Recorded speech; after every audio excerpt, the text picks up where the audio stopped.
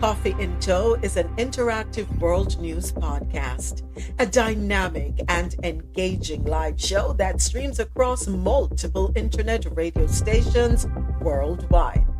This podcast brings you real time news updates, in depth analysis, and interactive discussions on global events, making you a part of the conversation no matter where you are.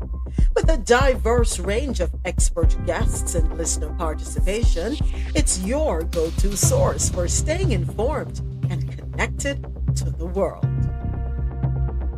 Coffee in Tow is brought to you in part by Lormel Skin Food. Log on to lormelskinfood.com. Discover the range of natural skincare solutions. Indulge in the radiance of natural and organic beauty with the best natural and organic soap bars, whipped soaps, body butters, and oils. All 100% natural products. Lormel Skin Food for a natural, beautiful you. The world's best coffee from our farms to your cup. It's Grand Coffee House.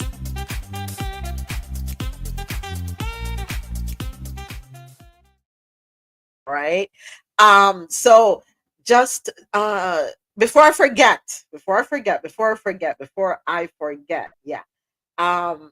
20% off discount is available to everyone who logs on to grantcoffeehouse.com, grantcoffeehouse.com. Head on over there and enjoy 20% off all coffee products at checkout.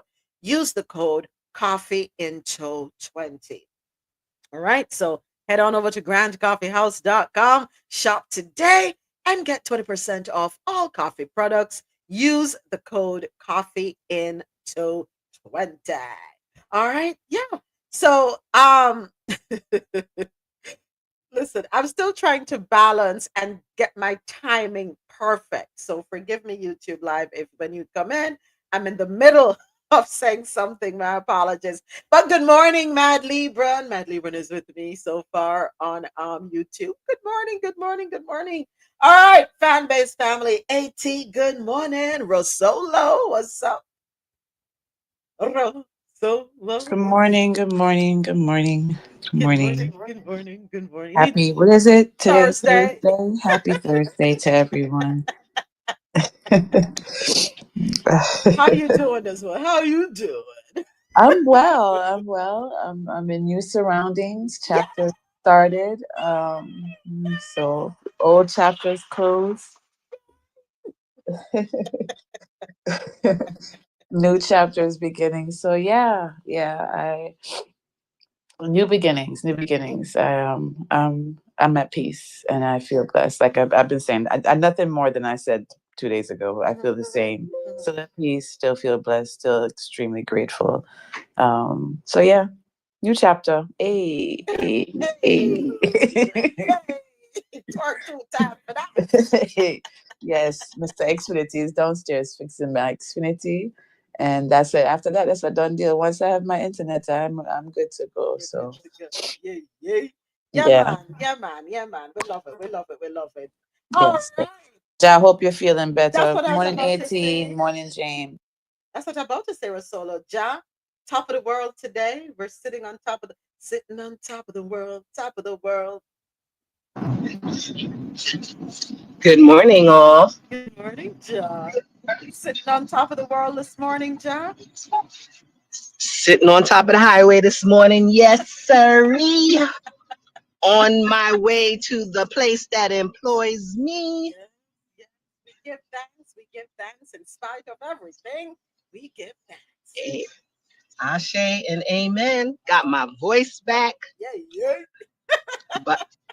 But Adesoji is nowhere to be found. I sent him to school, so I have to be better focus. Don't play with me. You see, that's that sisterhood. You got to make sure your girl, man, makes some extra money. So yeah, I love it.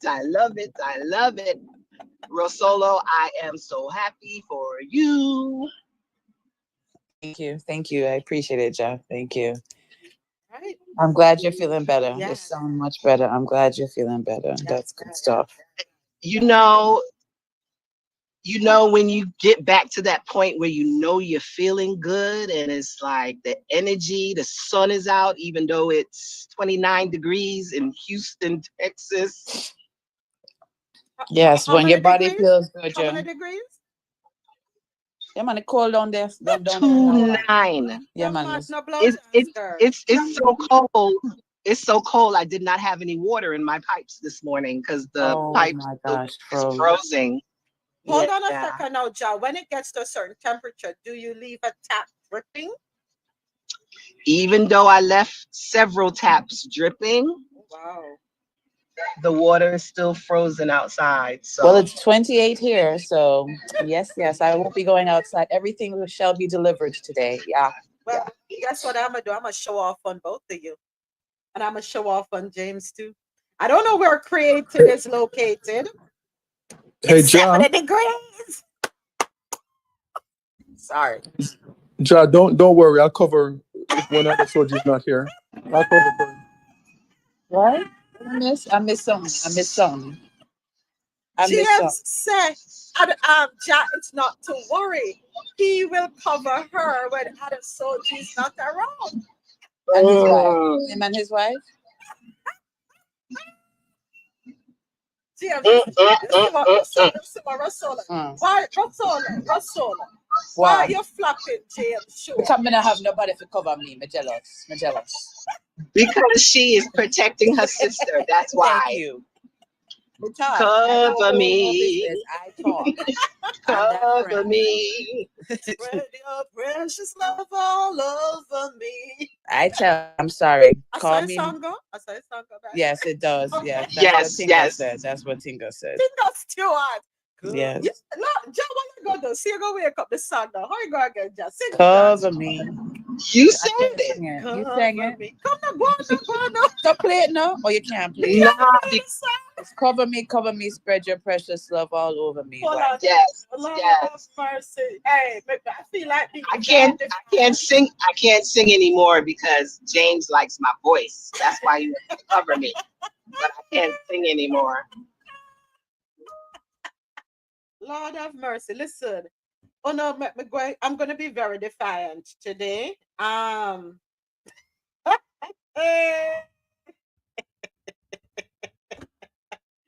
Oh, it was him and Ninja Man, not Lord. I'm gonna be very defiant to this. This was. Hey, on, this is thing John Tinga passing through. Hey. I mean, Tinga, you make a perfect sledge. I have nothing to lose at this point, right? Cover me. Bring your precious love over me. Hey! Can't you see? Can't you see? Believe in me. Go ahead. Let me behave myself. Hold on, I have to go downstairs. Behave while I'm going. If I get flagged, if this one gets flagged for copyright issues on YouTube, it's okay. It is what it is. And I'm not monetized yet, so it's all right. Oh boy. Oh, Created, you're up there in Maryland. My brother, I have a brother who up in my only brother, my only sibling, up besides RoSolo, who is sister cousin. We're cousins, but we're like sisters. But yeah, I have a brother up in Maryland, and I have an uncle and one uncle up there in Maryland, and a couple cousins. Yeah, up there in Maryland. Yeah. Please be warm, be warm, be warm, be warm, be warm, and be safe out there. Thank you, AT. Thank you, AT. It looks like I need to put up a sign. I need a banner that says no shilling. I want it 18 of Mr. Beaton, and as soon as him drop him comment, exit left. How the song go? From to the left, everything you own, box to the left. But Anyway, James, how's the weather up there in Canada today? How you doing? What's the temperature? -20. How are the mama? How about that go? I don't think human beings were created to be in that type of temperature. That's for the polar bears. Oh my gosh. How do you dress for that weather though, James? Tell Donald Trump don't mess with it because we're cold.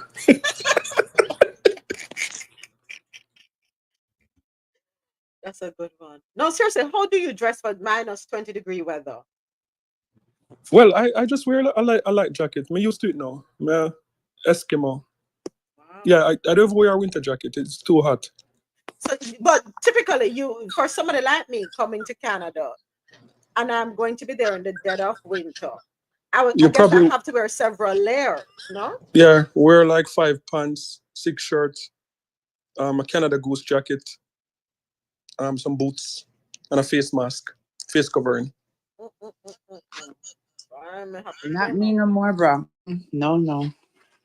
No, sir. I remember in 2016 when I had to go to Maryland, and it was November at the time, and that was very cold for me. It was before Thanksgiving, and it was extremely cold for me. And then I remember living in Atlanta. It was too cold for me during the winter time. The kids enjoyed it, but for me it was too cold. And when it gets cold here in Florida, when it dropped below 70 degrees here in Florida, that's cold. All right. But I'm really a tropical girl. But kudos to everyone who is able to survive in that kind of weather. I have much respect for all of you. I really do. I really respect all of you. Hmm. What time does class start, Mr. Sir Adesoji? What time class start? Hmm. You better not be skipping school. No, school just start. I'm playing with you. I just told you you're too early. Exit left. Excuse me, James. Excuse me. Good morning, Adesoji. Lord have mercy. You know what? I can't. I don't know. Yeah, good afternoon, beautiful people. Good. Yes, James, I know.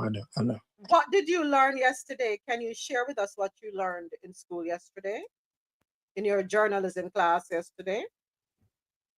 Well, so Elements is basically the mediums, what has existed over time in how people communicate. So usually it was drawings, now it's newsletters, pamphleteers, how the newspaper business, how radio started, the use of radio and stuff like that. Just basically historical awareness of what those tools were and how they were used. So that's what we're looking at. Yeah. All right, good. Basically, stuff you already know, right?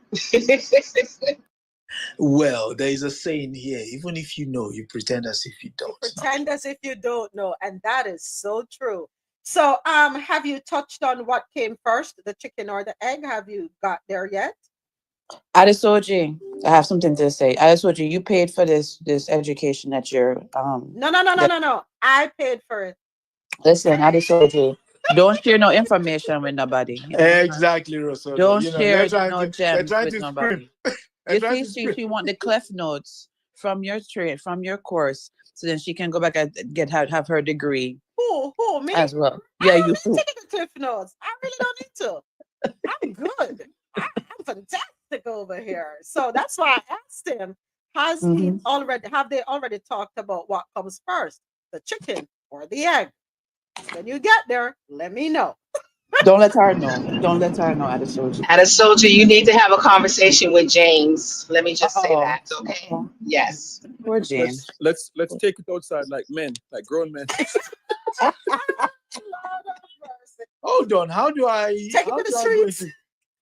go into a duel without knowing what the terms of the reason for the duel And is? that me I said to others, other soldiers don't encourage the foolish. Leave them alone. Ignore them, other Look, soldiers. if your woman comes to you and say you need to have a conversation, right, with someone, then have the conversation. No, I didn't tell you lick him across his face or No, anything sir. like that. No, Yeah. sir. no, no, no, no, no, no, Yeah. No, brother. no, sir. I'm not doing that because I need to know the details, and then I decide if I want to engage, you know. Me not take up problem for my head. You know how much man Get dead killed. and the woman Yes. move on to the next man, to our next man Facts. because Because them of a never conversation. Because of a conversation. No, sir. No, that's not a conversation. That's an argument. That's a That is conversation. We that. No, excel into an no, argument. No. no, Adesoji, man, your no. business drink water, sir. Mm-mm. Javette and James will work it out. Mm-mm. James, stop. That's all to it. Stop. Javette is taken. All right, it's taken care of now. Moments continue. Okay, so first order of business. This is the shenanigans we carry on with sometimes, you know, and we have to make light of the day because when you read some of the stories, believe you me, they take you to some, you go on an emotional roller coaster, let's call it that. So when we can chop it up and act a fool, we do so. It helps us to be able to endure. Right? We have to lighten the mood, you know, and it's important. It's truly important. And my hope is that people will be able to do this in life, not take things so seriously, you know.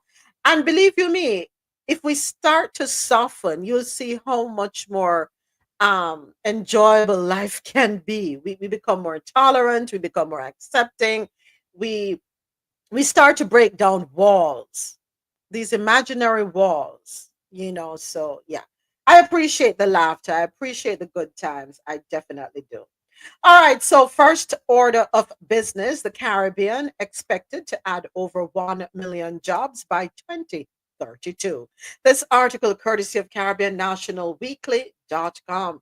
By 2032, the Caribbean is expected to see an increase of over 1 million jobs compared to 2019.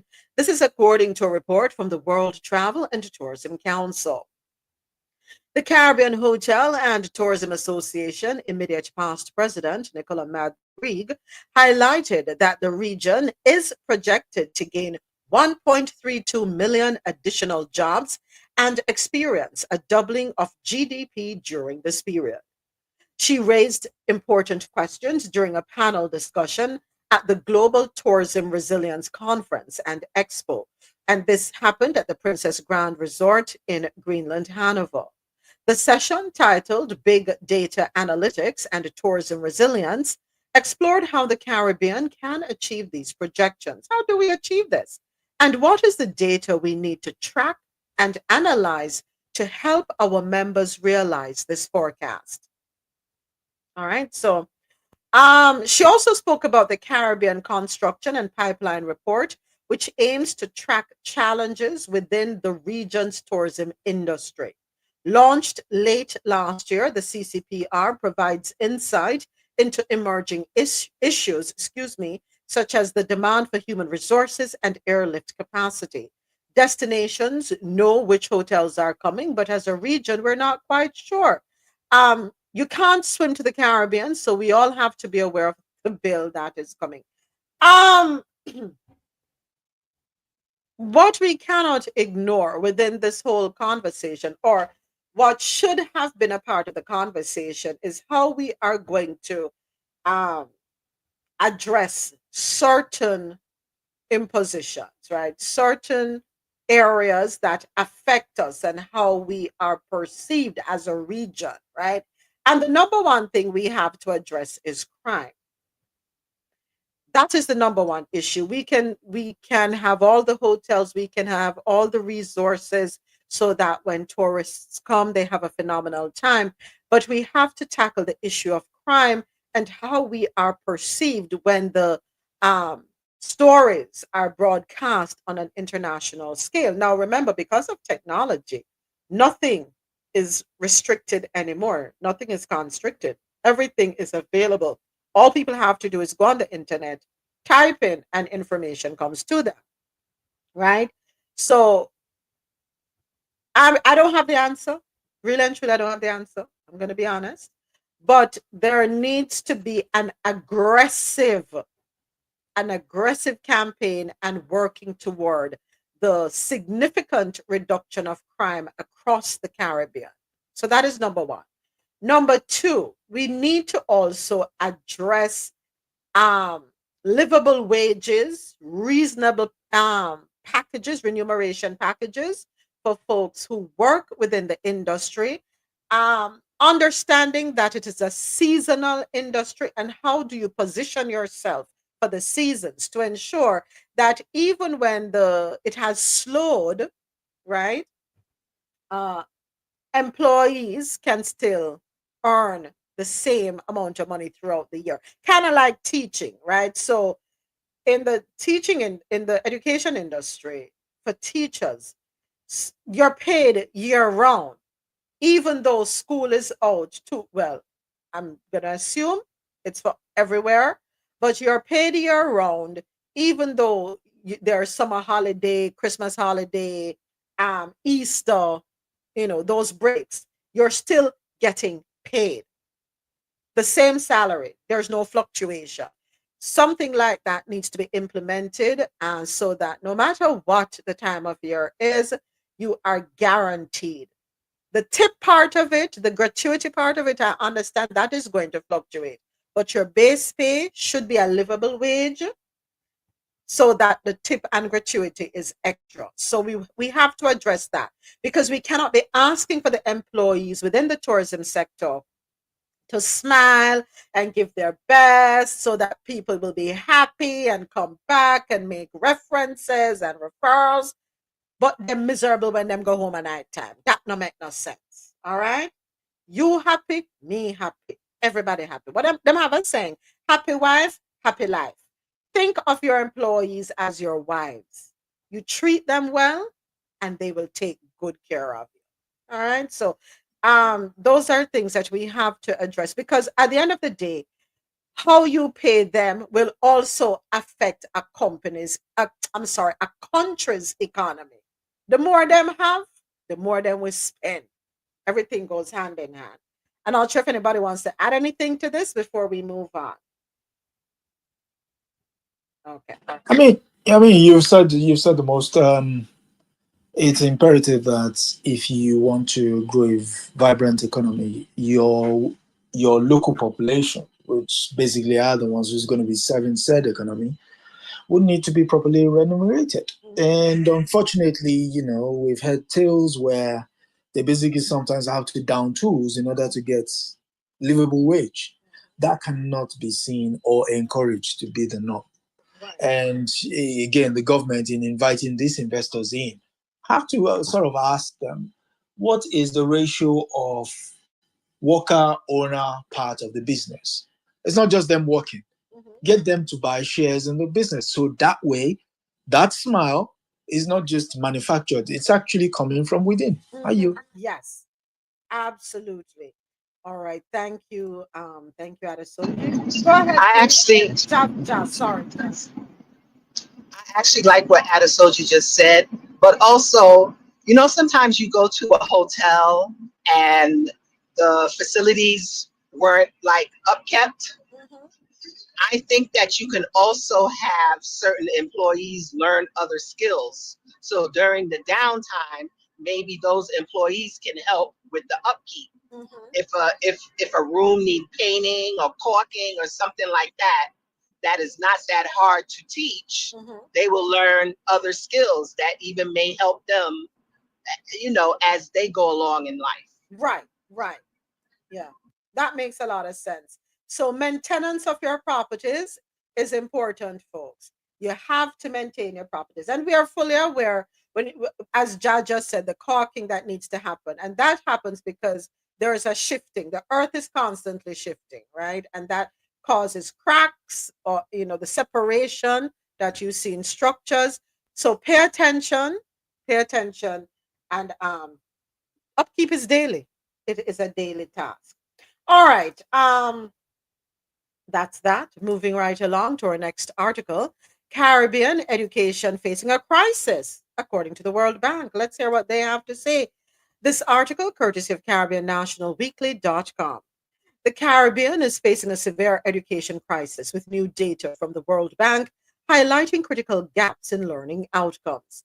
In the 2024 Caribbean Secondary Education Certificate, CSEC exams, only 4.9% of students passed 5 or more subjects, including mathematics and English, marking a drastic decline in educational achievement across the region.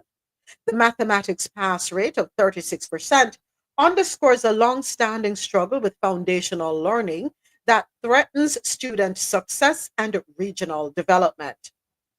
Experts warn that these educational failures have serious consequences for economic growth, social cohesion, and crime prevention. Compounding the problem is the region's limited participation in international student assessments, such as the Program for International Student Assessment, which evaluates academic performance on a global scale. Among the few Caribbean nations that have taken part, Trinidad and Tobago and Jamaica scored significantly below global averages. A key concern is the lack of strong foundational skills in literacy, numeracy, and critical thinking, which are essential for academic progression and job market readiness. Without these competences, students struggle to advance in their education or compete in an increasingly globalized workforce. Efforts to address these challenges are underway with governments and international partners investing in teacher training, digital learning tools, and infrastructure improvements. In Guyana, the introduction of smart classrooms has led to increased student engagement, while World Bank supported projects in Jamaica and Haiti are improving STEM education, teacher training, and access to learning resources.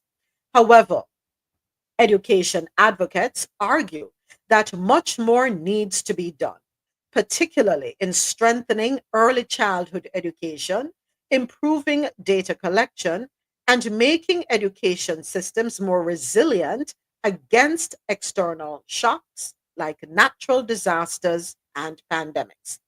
Despite these challenges, many Caribbean nationals who have studied in both the region and the United States maintain that Caribbean primary and secondary education is superior in many respects. They point to rigorous curricula, discipline focused classrooms, and a strong emphasis on critical thinking as key advantages. Hmm. Wow. The whole education thing has been in the news a lot lately since the latter part of last year. And clearly there is an issue. Yes, it is to be acknowledged that the if you come out of the Caribbean, you are a cut above the, especially coming into North America, you are indeed a cut above. And there's no, if I'm not arguing, I'm not here to debate it. It is a fact. Statistically, it has been so, and it has been so for decades. Um, so the Caribbean is still a part of the Commonwealth for the most part, and the education system is aligned with Britain. Yeah, it's a tough system. When you think about it, the the the privileges that are afforded to many people in the first world countries are not available in third world countries. There's ease of access is not the norm. Put it that way in third world, quote unquote, third world countries, developing nations. That's the right term to use. Developing nations, especially SIDS, small island developing states. We don't have the ease of access. When you look at public schools here in the US, compared to public schools in Jamaica, for example, they're worlds apart. However, with the little that is to be had within the public schools in Jamaica, they outperform the students in the US. I can't understand how, but it happens. You would think that the more technology you have access to, the more resources you have access to, is the better you would be academically. Now, here is where the switch happens. When you get to the university level, that is where I will say there is a difference. But someone opened their mind. Ja, was it you? Go right ahead. Yeah, I was saying, I wanted to say that the more technology will give you more distractions as well. That's a good, valid point. Good point. Yeah. Yeah, yeah. Never thought about that. Valid point indeed. Indeed, indeed. All right. So we have to circumvent, we have to take control. Now, what we cannot ignore is the home. Bringing the home into the equation is important. How? Because there are many children who are not able to focus because of one simple thing: being able to have a meal in the morning, a meal at night before going home, a balanced meal. Yes, that's important. You'd be surprised. It is impossible to ask a child to focus. Well, I shouldn't say impossible. It's hard to ask a child to stay focused when all they can hear are the rumblings of their stomach. All they can feel are hunger pains. How do you tell that child, focus 100%? I need 100 out of you. And yes, there are programs, and I know which island was it that we spoke about a couple weeks ago, where education is going to be free for them, thereby that frees up some money for parents, right? And I know in Jamaica there are programs where children can get a meal at school. I know those programs are there, right? But we want to make it a standard that regardless of your socioeconomic background, you are guaranteed breakfast and lunch at school. Guaranteed across all the public schools at least. Let's start there. Private schools will take care of themselves, but the public schools, we have to take care of that. I came across a video on TikTok of a gentleman in Jamaica, and you know what? I say much respect to him. By the way, Ja, as I'm opening TikTok, I'm seeing the sad story over there in Texas of the young girl that unalived herself because of being bullied, being told that her parents were going to be deported. Yeah, I don't know if you noticed, but I haven't really been sending you any stories. um, it's sad. Very sad. Very sad. All right, so I'm going to play this video. Daddy, me tell some me billa me daddy, me tell some no bet me go to school today, daddy. So one day, daddy, I think one day I bet me dance, daddy, one day, eh? Sure. So one day I go bet me bright. Me no business. Me no miss Sunday. Me no miss Sunday. What? So Daddy, grandma tell me say I miss no day, daddy. so you come and say you come chat to her now. So if me miss couple days, when me miss couple days, when me used to go to school, me miss couple days. You know I reason I miss couple days because my mother never have to send me to school and I him alone. You know that feel? Little boy nature too. Me alone. My mother could have it. He send me to school couple days. One day if he read me to school. So what? No, you can't go every day. Where I have a chance to go, because I guess I know music trip my mother more. My mother send me to school, me left and gone somewhere. I'm chicken things, my belly, they at me, I'm head at me, so I know I go to school. So you can't use but they for me. Because all your belly feel at you. And you know I say, you know I've been up on the one and I twist up on it. Aye, see you want to come trick me? Okay. Shut your mouth. Me know I laugh at me. Don't laugh at me, little boy. School education like key. Don't never tell me about you want to that school for not treat me about no belly and they sit there. Let me tell you, just when they get a chance now, make use a hit. You hear me say? Make use a hit because they have my ideas. My mother not have it to send me to school like they go right through. Me never have a father to ready me so like me already at my time. Me never have a good father, a steady father because push me on bicycle, teach me to play ball like me I teach you to do. All I may tell. Me never have a good father who can dress you ready for go to school at my time. Me never have a good father who can bathe you, and all kind of things. Wipe on the baby still, but ready on them thing there to go to school. So me have to proud of myself.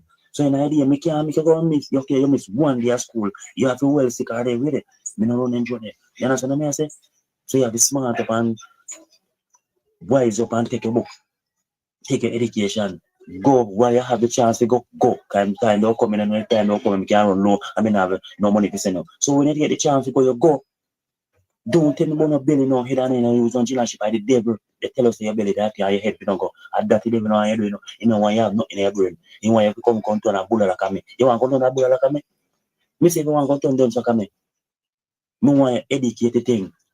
Put the thing on a higher level, because you're star, you're star, you can't dance, you have to bribe, because you want to sign a paper and everything. You know, so me come up to school yesterday, and the teacher tell me to sign one paper. Me can't sign, me shame. You want to come shame like me?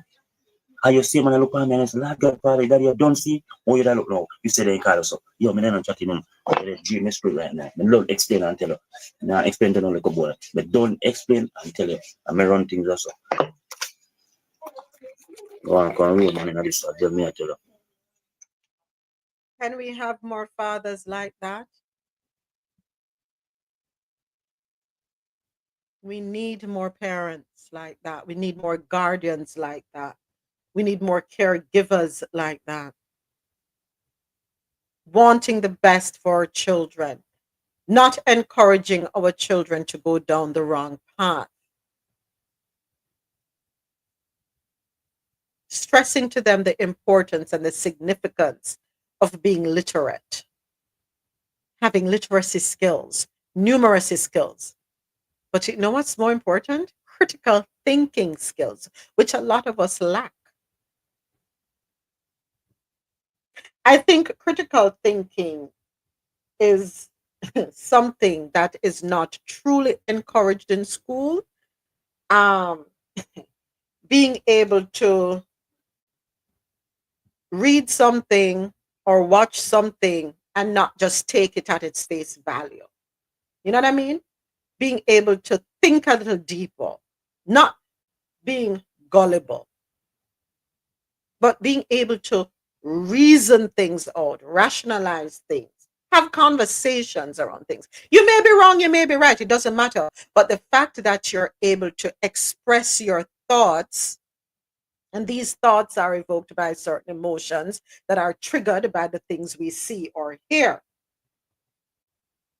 Critical thinking is important. And critical thinking, ladies and gentlemen, starts at birth. Your babies, do not talk to them in what I'm used to call baby language. Have sensible and reasonable conversation with them. You're stimulating the brain from a very early age. And I'll say this again, be careful the things you say around children. For whoo, out of the mouth of babes. We saw what happened on the international platform last week in the Oval Office. Be very careful what you expose your children to. I have to say that was one of the major things that I had told my family as well as friends around me to not speak baby talk to my daughter. My mother was so upset that I told my child the real name of her private part. Okay? She wanted me to call it, all the other names that we call it in the Caribbean. And I was like, that is what that is, and that's what I'm going to tell her to call it. I agree. What's wrong? What's wrong with having real conversations? I don't know. Okay, am I getting pulled over? No, okay, No, I'm not getting pulled over. Okay. No, you're not getting pulled over. Keep driving. No, there's flashlights, but it's not for you. It's not for you. I didn't send them after you, Jack. Yeah, but Proppy James trying to kidnap me back to Canada. Yeah, but critical thinking, it starts from an early age. We have to move away from being told what to do. As as parents, we used to hear, do I tell you if you don't ask me the question? No, we cannot further that behavior. We need to be able to explain to our children the reason behind our decision. If at the time when you're telling them not to do something or to do something, it is not appropriate for you to go to give an explanation, let them know. I will give you the reason later. No, it's not. I can't tell you right now, but I'll tell you later. And make sure you follow up. Because what we don't want to do is leave children wondering. Huh? And then that little thing, that door that we open will cause them to explore areas and things that we don't want them to. But curiosity, and you know what they say about curiosity, it kills the cat. Right? So critical thinking, very important. But I appreciate this gentleman. He acknowledged his shortcomings, which were because of the socioeconomic situation with his mother. And he wants better for his child. And he is going to see to it that his child takes advantage of all the opportunities that are made available. He is seeing to it that he is involved in his child's life. And I want to say something to parents real quick. You don't have to be in an intimate relationship with the mother or the father of your child or children. Co-parenting can happen. Both parties need to understand the importance and the relevance of having both parties involved to create balance in a child's life.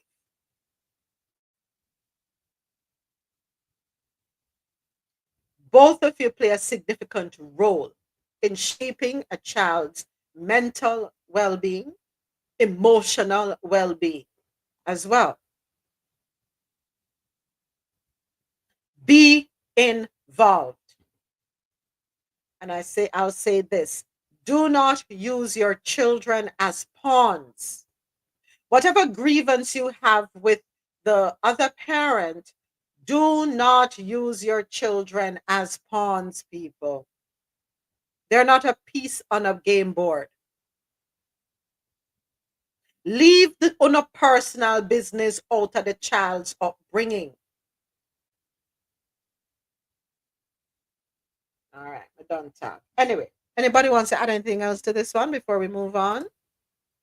Or we covered all of it, I should say. All right. Next up, 48th Caricom Heads Conference to tackle current geopolitical challenges. This one comes to us courtesy of CaribbeanNationalWeekly.com. The 48th Caricom Heads of Government Conference begins today, Wednesday, February 19th. Well, that was yesterday, began yesterday in Bridgetown, Barbados, and is hosted and chaired by Prime Minister Mia Mottley. As usual, the conference's agenda is packed with a significant focus on geopolitical issues that have emerged since Donald Trump assumed office as the 47th President of the United States on January 20. Caricom-U.S. relations. The relationship between Caricom and the United States is governed by several legal frameworks, including the Caribbean Basin Initiative, which encompasses the Caribbean Basin Economic Recovery Act and the Caribbean Basin Trade Partnership Act. Other key agreements include the U.S. Caribbean Trade and Investment Agreement and the 2016 U.S. Caribbean Strategic Engagement Act. The United States remains the principal trade partner for Caricom nations. In 2023, Caricom exported approximately $17.24 billion in goods from the U.S. and exported $10.09 billion, resulting in a trade surplus of $7.06 billion. And of course, that trade plus is in favor of the U.S. All right, Caribbean, we need to flip the script. This is unacceptable. We need to be exporting more than we are importing. All right. Okay. This trend continued into 2024 with the US maintaining a significant surplus with Jamaica and the Bahamas, while having deficits with Guyana and Trinidad and Tobago. Tourism, primarily from US visitors, is the leading source of services trade between the two regions, with an estimated 3.5 million US visitors to Caricom nations in 2023. Additionally, US companies have a strong presence in Caricom, particularly in the energy and services sector. Apart from trade, CARICOM collaborates with the US on issues such as security, including the fight against illegal firearms, immigration, health, energy, and disaster management. Furthermore, over 3 million non Hispanic Caribbean nationals are estimated to live in the US, making it the largest source of remittances to CARICOM countries. Several recent US actions have raised concerns to CARICOM nations. One is trade. President Trump has has proposed imposing or increasing tariffs on countries exporting goods to the US, including those in CARICOM. So then, like we do. Anyway, his administration is reviewing all bilateral trade agreements to assess tariff reciprocity, which could lead to higher tariffs on goods exported to the US. This review, which is set to conclude by April 1, may render existing trade arrangements irrelevant under Trump's protectionist stance, disregarding international trade laws like those under the WTO, the World Trade Organization. Overseas development assistance. The U.S. Agency for International Development, USAID, is being dismantled, and U.S. foreign aid has been frozen for 90 days, severely impacting development assistance to CARICOM nations. And then we have to talk about health. The US is withdrawing from the World Health Organization, a move that could have far reaching consequences, particularly for global health initiatives in Caribbean countries that benefit from US contributions. Climate change and climate finance is another issue. The US has pulled out of the Paris Climate Accords and is increasing its mining of fossil fuels while reversing green policies. This shift threatens global climate efforts, including climate finance that CARICOM countries rely on. United Nations. The Trump administration is reassessing the US's membership in and funding of the United Nations. Issues like the Ukraine conflict, Israel-Palestine negotiations, and Haiti's peacekeeping operations are affected by this policy shift. There are also proposals that challenge the UN's principles, such as attempts to acquire Greenland or annex Canada. And we have to include in the conversation bilateral relations. The US's growing relations with China and Russia, particularly in the Caribbean, could alter the geopolitical balance in the region. Additionally, US policy on Cuba is likely to become more rigid under Secretary of State Marco Rubio. Rubio, really? International meetings. The US Secretary of State is boycotting the G20 foreign ministers meeting in South Africa due to alleged discrimination against white South Africans. And President Trump may also skip the G20 summit in November. Tensions with South Africa could influence the US's engagement in other international forums, including the G7 summit and the UN General Assembly. So, we need unity in the Caribbean. Two recent articles have examined CARICOM's approach to foreign policy coordination. While CARICOM is not mandated to have a unified foreign policy under the revised Treaty of Chaguaramas, it is hoped that the region can present a united front when responding to US proposals, particularly in multilateral forums. All right, so I say unity. Unity is needed across the Caribbean. Even though we're not mandated to, I strongly recommend we move as such going forward. If we are a part of Caricom, Caricom is one body, no? With different members. Move as a unit, people. So there you have it. By the way, question. What is the US still a part of? Because it seems as though we have pulled out of everything. Are we still a part of anything? I really don't know. At this point, I don't know. Are we still a part of any international global organization? No? Okay. So we are completely alienated. All right. So bingo. Thank you, Washington. Oh, by the way, remember yesterday we spoke about the judge that did not enforce the block that was being sought as it relates to Elon Musk and Doge. So Jasmine Crockett, I came across a video where Jasmine Crockett was giving her perspective. I'm going to play the video. And you might be saying, why am I bringing that up? Well, it so happened doing my dumpster dive, the judge, she's Jamaican. And I was like, okay, I get it why she would lean the way she leaned. But Jasmine shed some light. Let's take a quick listen to this real quick, and then I'll get back to regular programming.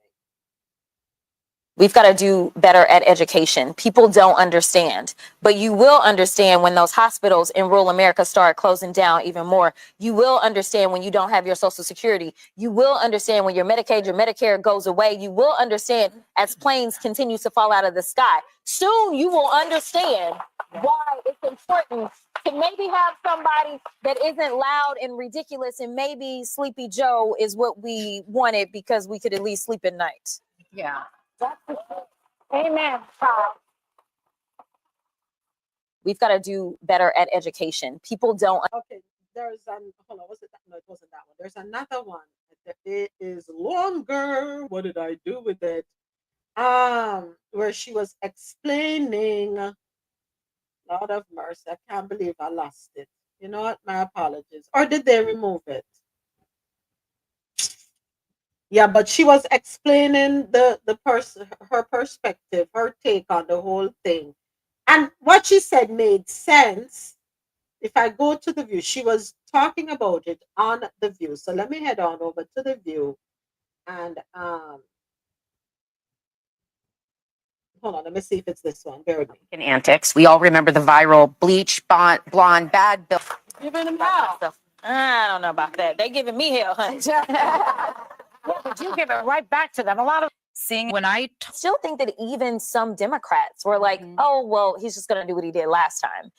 We're presented. We've got to do better at education. People. The other thing we talked. I would like John Duffy. Yeah, I think I didn't save it. I thought I saved it. I really thought I saved it. I didn't. My apologies on that. But I can't explain it the way she explained it. I know my limitations. And I dare not step in territory and set off anything that could explode, because I'm not able to explain it the way she was able to. But I'll find the video and I'll play it later on. But yeah, back to this article, 48th Caricom Heads Conference to tackle current geopolitical challenges. And again, I say moving in unison is the best way forward. It is us against them.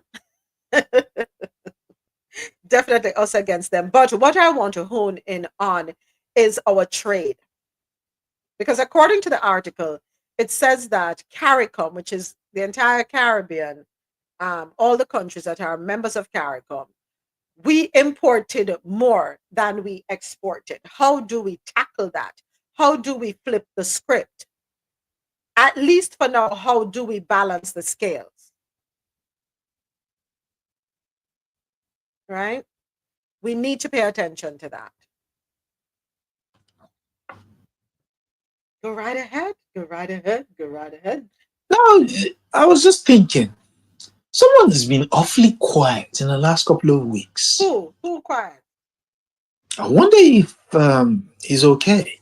Who is that? Andrew Holness. It's campaigning time, we have elections coming up in Yeah, but still, September.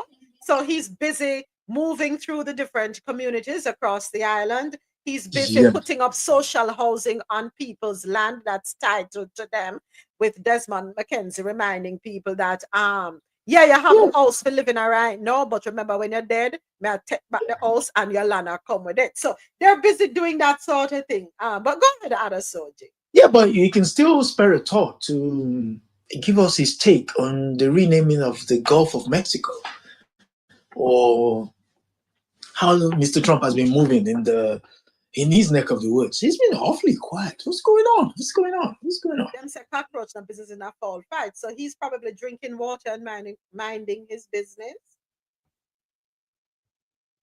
Could that be it? Sometimes, makes sense to take on what bigger than you. And remember, some of us are Yorkies, some of us are Shih Tzus, some of us are toy poodles, some of us are Bijans, some of us, and I think you know exactly where I'm going. I know, but come on, it sounds like he was a big dog, but no. Even Rottweilers know when to stand down.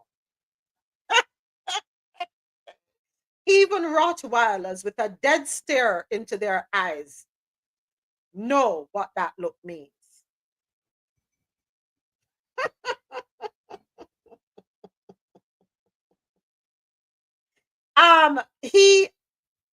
Him and his administration right now are under heavy fire at Adesoji in Jamaica. A lot of social media content creators are highlighting the revelation that we had, was it last week or the week before, about the amount of money that was pumped into Jamaica, the 1 point something million, was it 1 point something million US or whatever the amount was, that was pumped into Jamaica to further or push an agenda. That is what has been, and I think I don't know, them probably a wheel and come again. I don't know.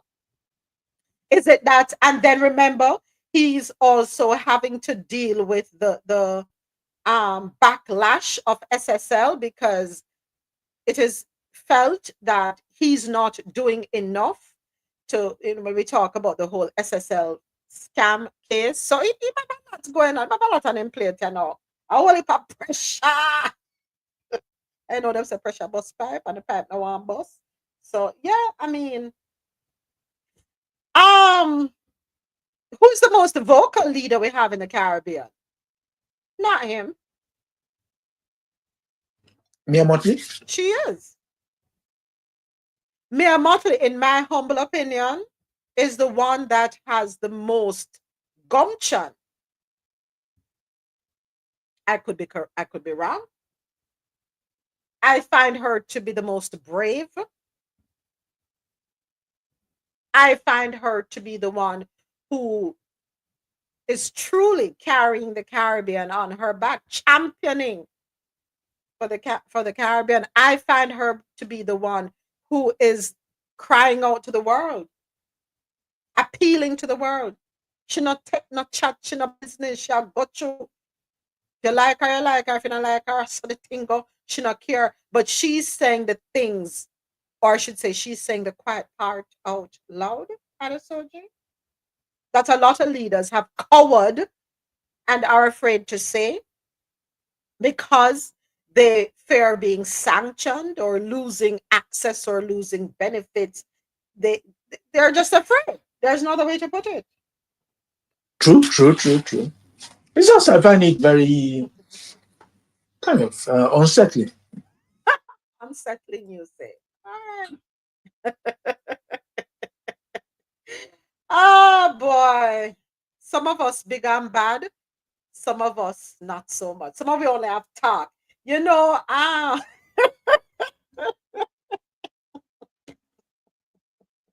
of us only have talk. We're bad fool, we're bad for them. Have a saying, "Duppy know who for frighten," and I'll leave that right there. So Exxon's fourth FPSO facility for Guyana departs from Singapore.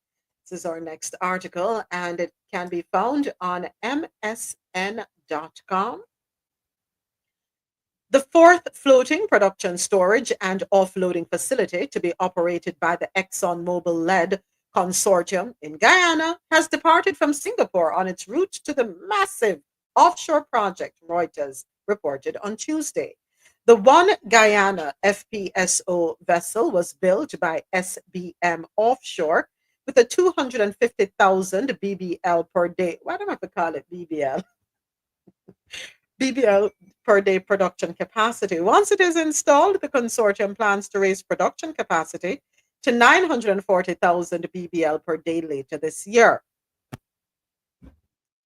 The Exxon-led group also submitted an application for an environmental authorization to develop the Hammerhead discovery offshore Guyana, making it the seventh major project in the Stabroek block. All right, $1.7 billion has been earmarked for classrooms, fencing, and electrical upgrades. And this article comes to us courtesy of the JamaicaObserver.com. We'll go ahead and jump on this one. The government. So remember the $1 trillion, is it 1.2 or 1.3 trillion dollar budget, fiscal budget for 2025-2026.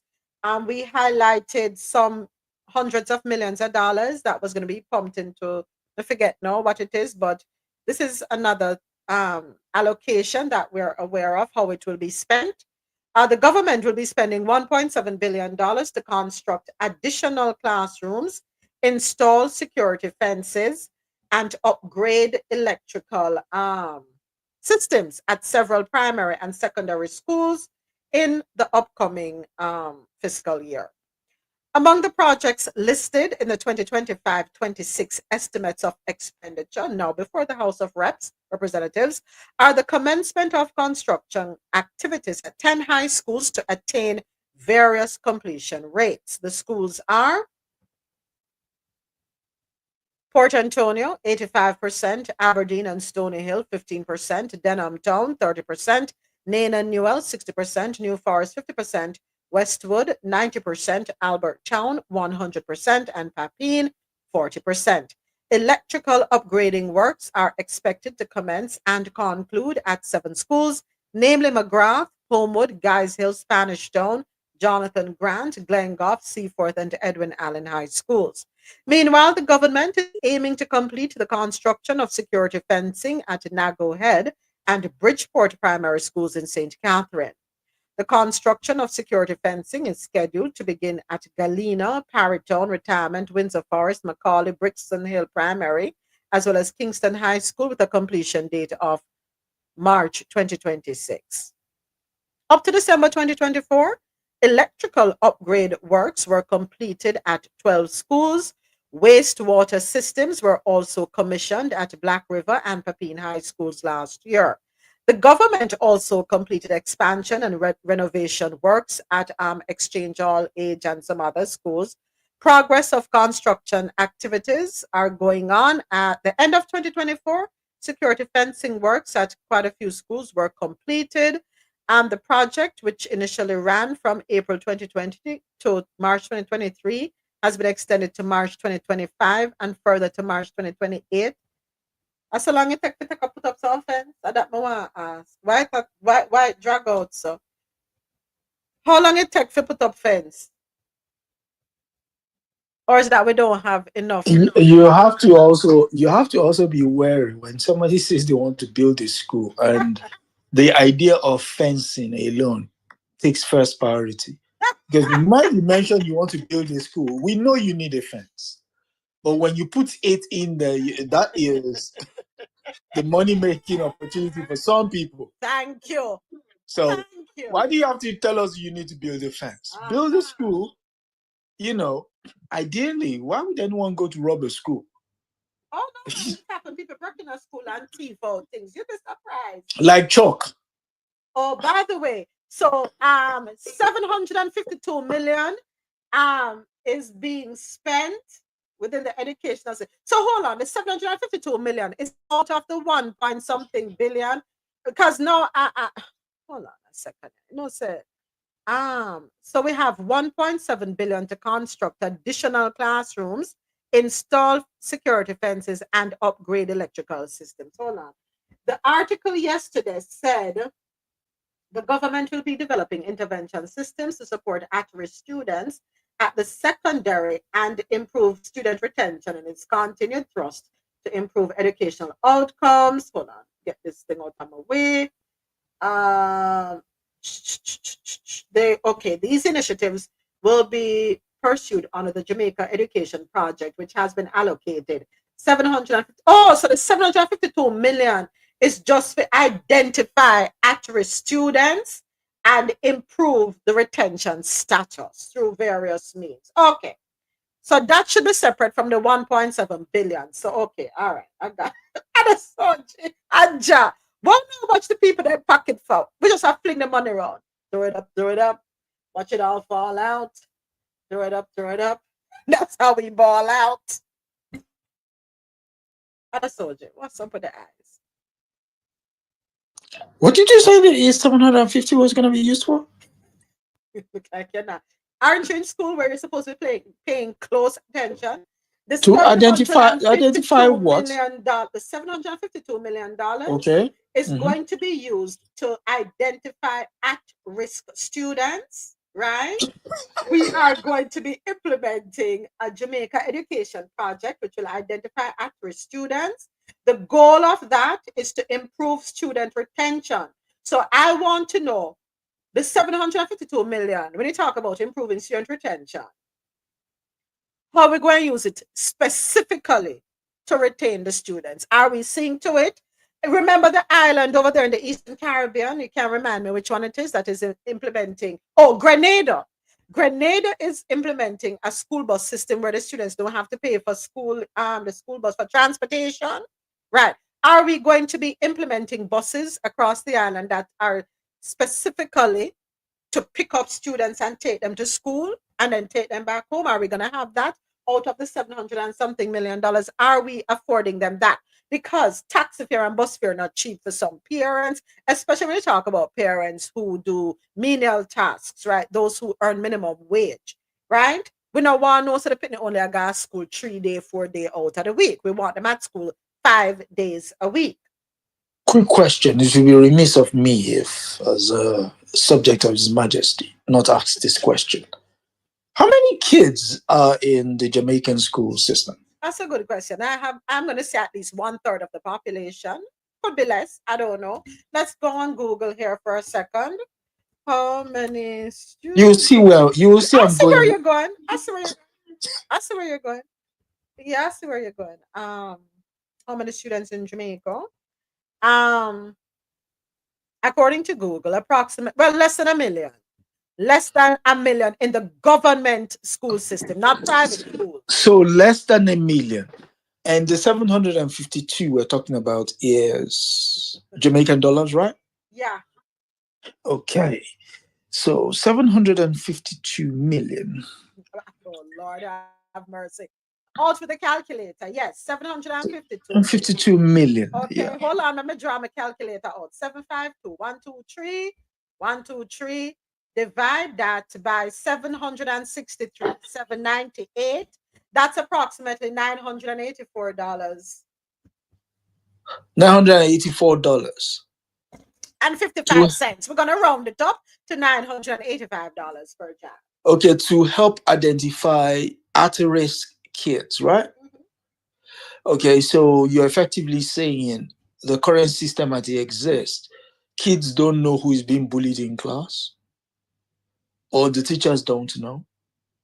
So you're going to have to come up with $750 to identify people. Well, listen, a part of it, their objective out of the 700 and something million dollars too, is that they're going to improve teaching practices and learning conditions in secondary education and promote, greater use of information for decision making in the education system. So one would presume that the idea of upgrading teaching practices doesn't happen on a yearly basis. No, it doesn't.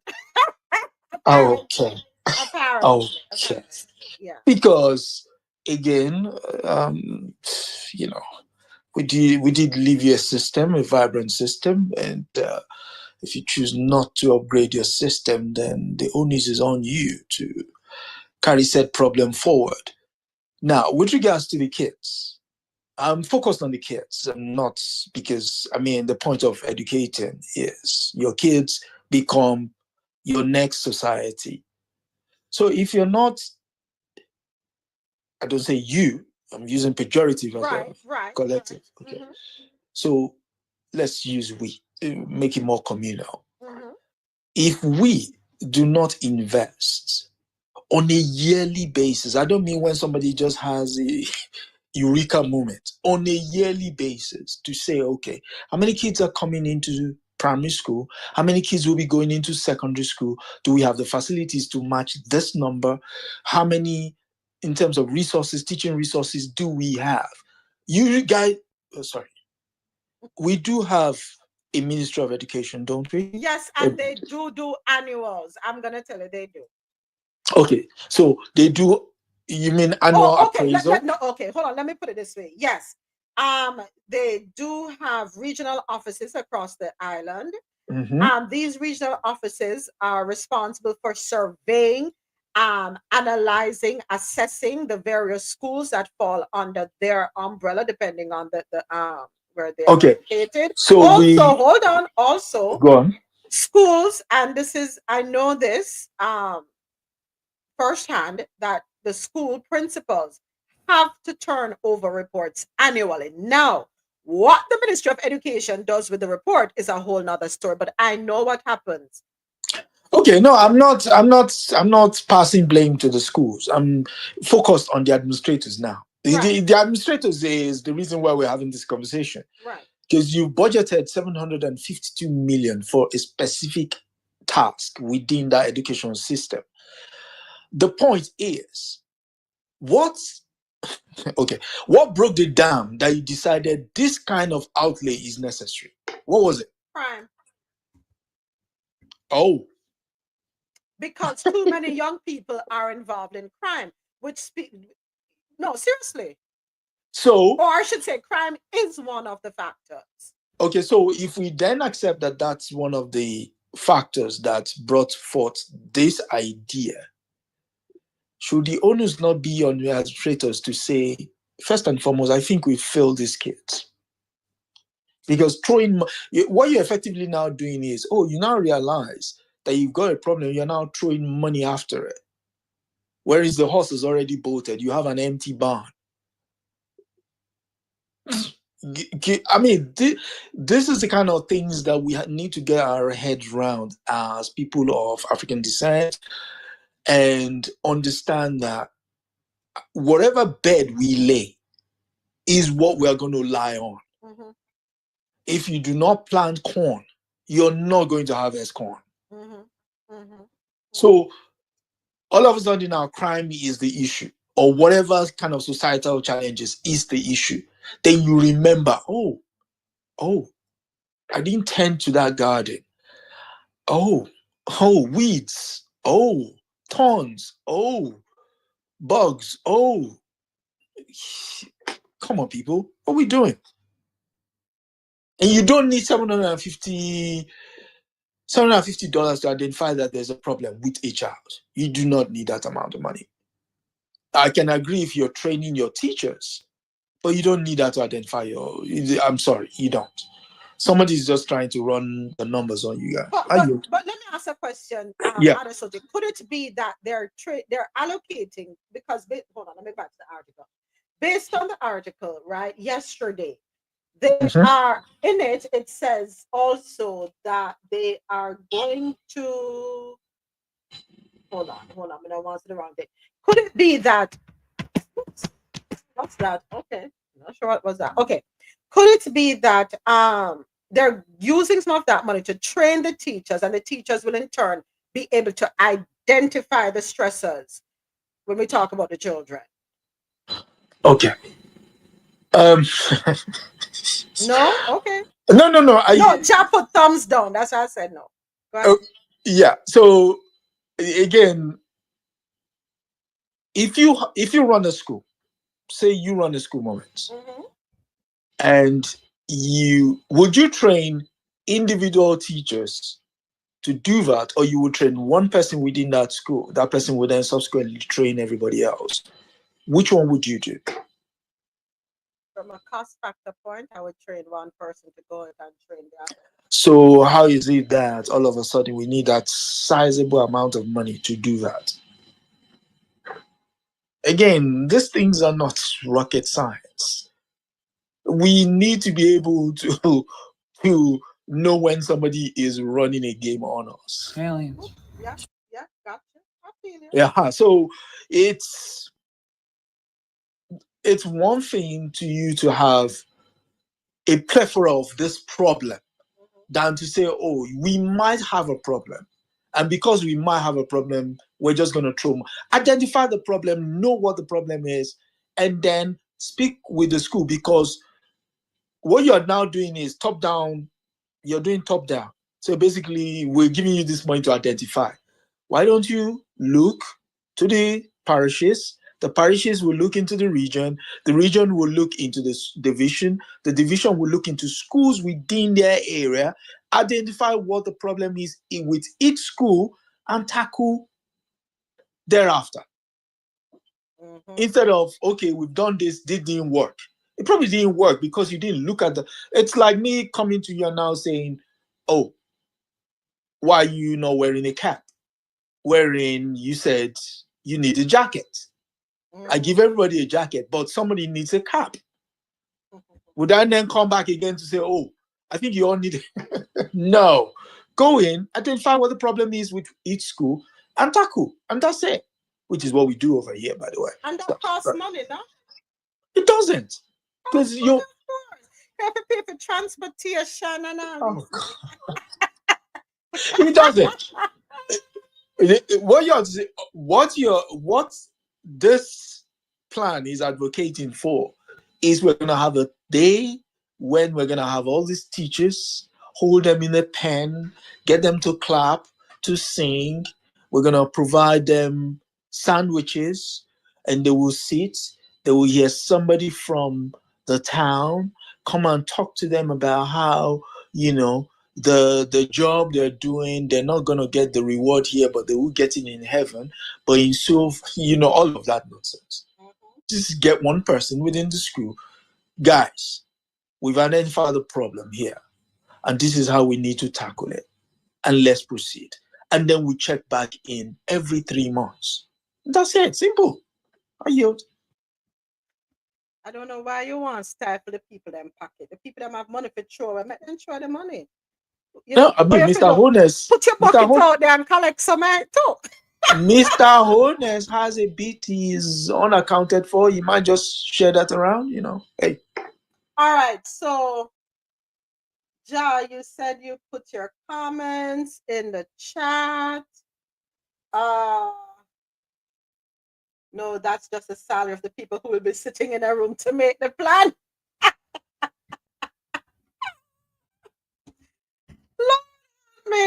Not too bad. All right, let's keep it moving. Next up, Jamaica is under siege.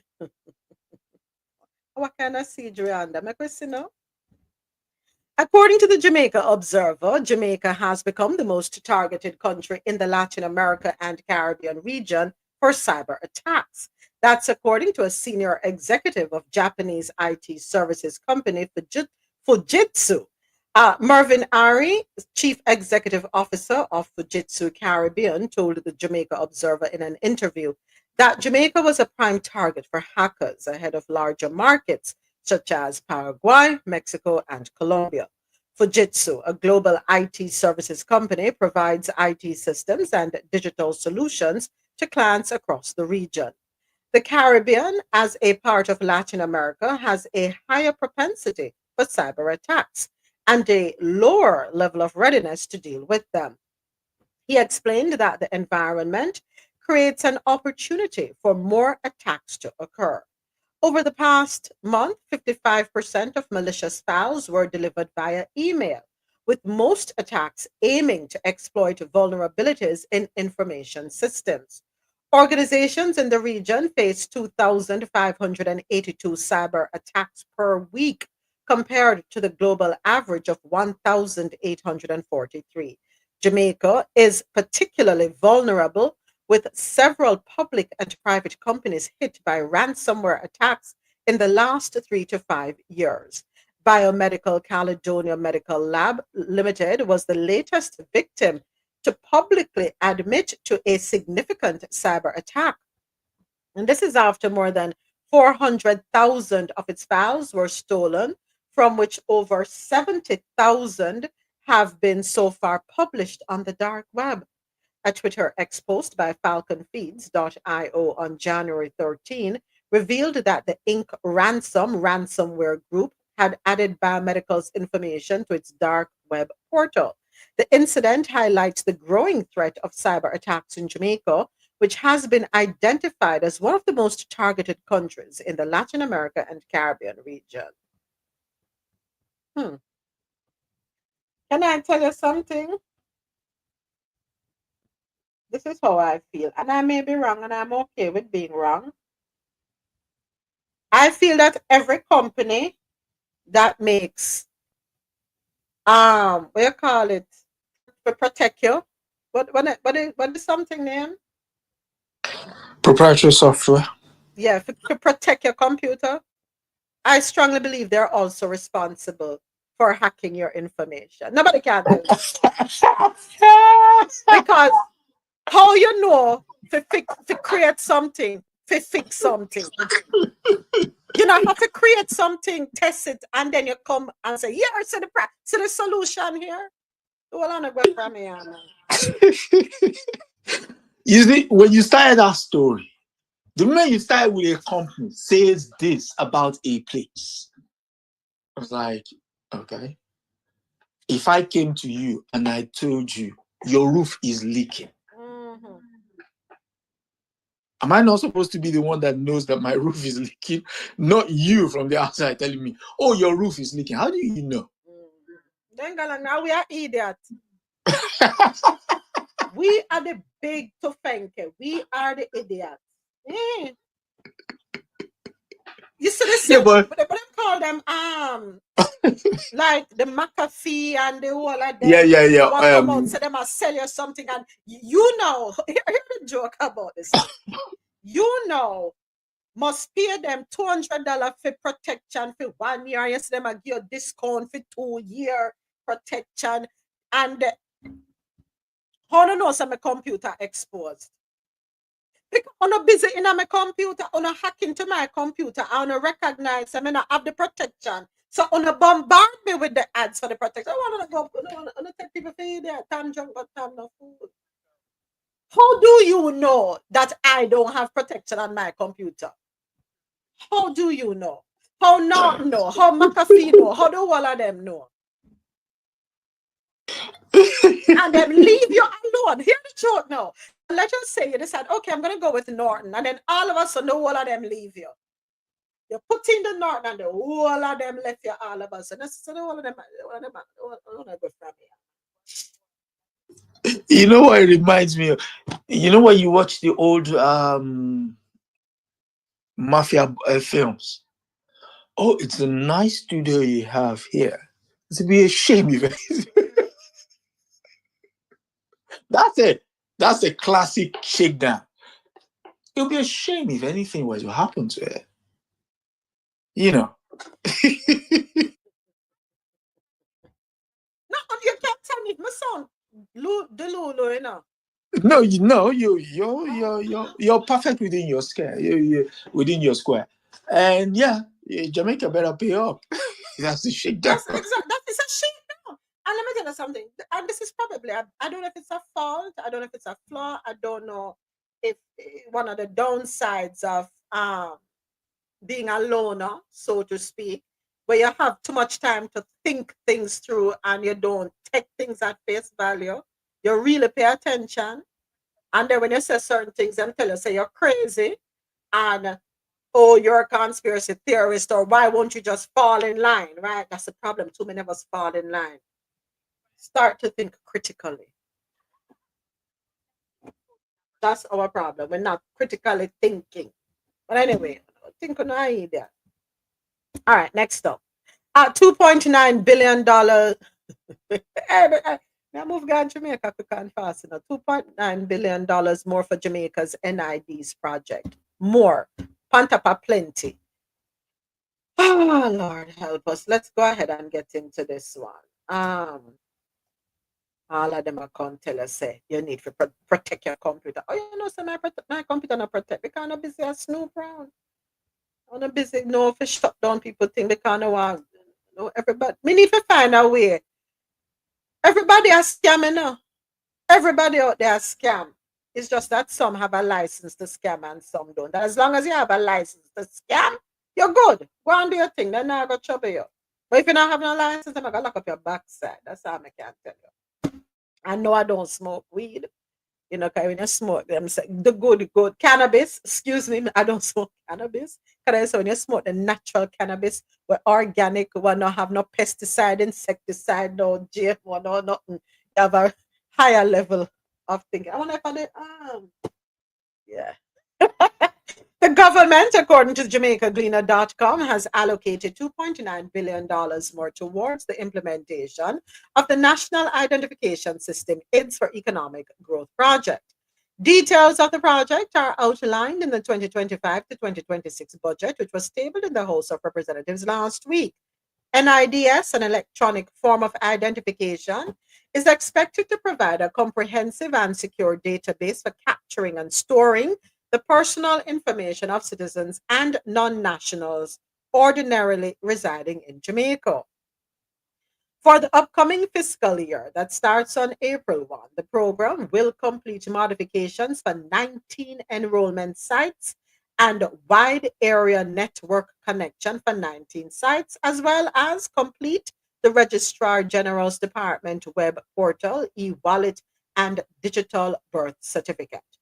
The program will also continue supporting the National Identification and Registration Act in expanding enrollment coverage, executing the NIDS's communication strategy, permitting authorized staff access to digitized records, mandating and updating the National Identification System, and establishing the Government of Jamaica public key infrastructure. Up to December 2024, some of the achievements under the program included the enactment of the National Identification and Registration Act, completion of the Card Personalization Center, digitized more than 1.4 million records at RGD, establishment of formal partnerships with the eGov Jamaica Limited and Jamaica Post and RGD to implement it. All right, long story short, more money I throw upon something. The project had an initial estimated cost of 8.8 billion, and Jamaica is to provide approximately 263 million, with about 8.5 billion coming from an IDB loan. The additional 2.9 billion projected for the upcoming fiscal year will bring total expenditure so far to about 6.4, according to the budget. So why we need 2.9 billion more? Because we're not spend off the 8.8 billion yet.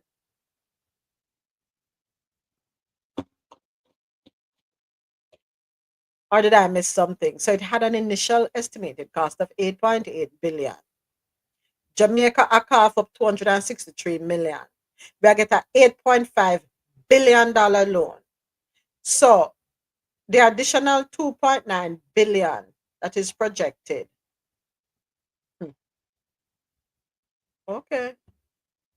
Will bring the expenditure so far to about 6.4 billion. All right, go and do nothing. Government is releasing $80 million in salaries and back pay. This one, courtesy of St. Lucia Times.com. Go St. Lucia. Can I get some of the money, please? And thank you. Nearly $80 million is to be paid to public servants within the next 2 days as the government disburses a promised tax-free back pay package to public sector workers. A statement that was issued by the government on Tuesday evening confirmed that over the next 48 hours, which is yesterday and today, nearly $80 million will be released into the local economy. It explained that in addition to the regular monthly salary payments of $44.5 million, an additional $34.5 million would be given in back pay. The payments are being made in accordance with the terms of the recently concluded trade negotiations between the government negotiating team and the Trade Union Federation, which will see public sector workers receiving a 6% wage increase for the 2022 to 2025 period, followed by another 7% hike for the 2025 to 2028 period. Over 11,000 public sector employees in grades 1 to 18, represented by 6 bargaining agents under the TUF, will benefit from the agreement. The GNT and the TUF concluded negotiations last December for a 13% salary increase over 2 consecutive triennials. All right, so good for everybody down there. And folks, check on the pay slips. See to it that the back pay is actually tax-free as the government promised. All right, them a deliver. Let's hop on over to Trinidad and Tobago. Digicel. Digicel to cut jobs in TNT, and this is according to TrinidadExpress.com. Trinidad and Tobago has been identified as one of 7 countries where the Digicel Group has confirmed that jobs will be made redundant as part of a decentralization plan aimed at remaining relevant and competitive. However, despite queries, Digicel and TNT has not yet released specific details on the scale of the job cuts there. This announcement comes less than a week after Abraham Smith worked his final day as Chief Executive Officer of Digicel TNT before returning to the United States. Smith's replacement has not been formally named yet. In a statement, Digicel said the decentralization plan would impact some roles at group level in a number of markets, including Jamaica, St. Lucia, Cayman, El Salvador, Haiti, and the United States. Digicel stated it had started a consultation period with staff. And in its statement, it said it continuously looks for ways to be more efficient to allow us to provide even better service to our customers. All right. Well, if cutting staff will improve services and cut cost for the customer, carry on doing a thing, do anonymous. Also in Trinidad and Tobago, no room for unqualified leaders in TTPS. The people them talking loud and clear.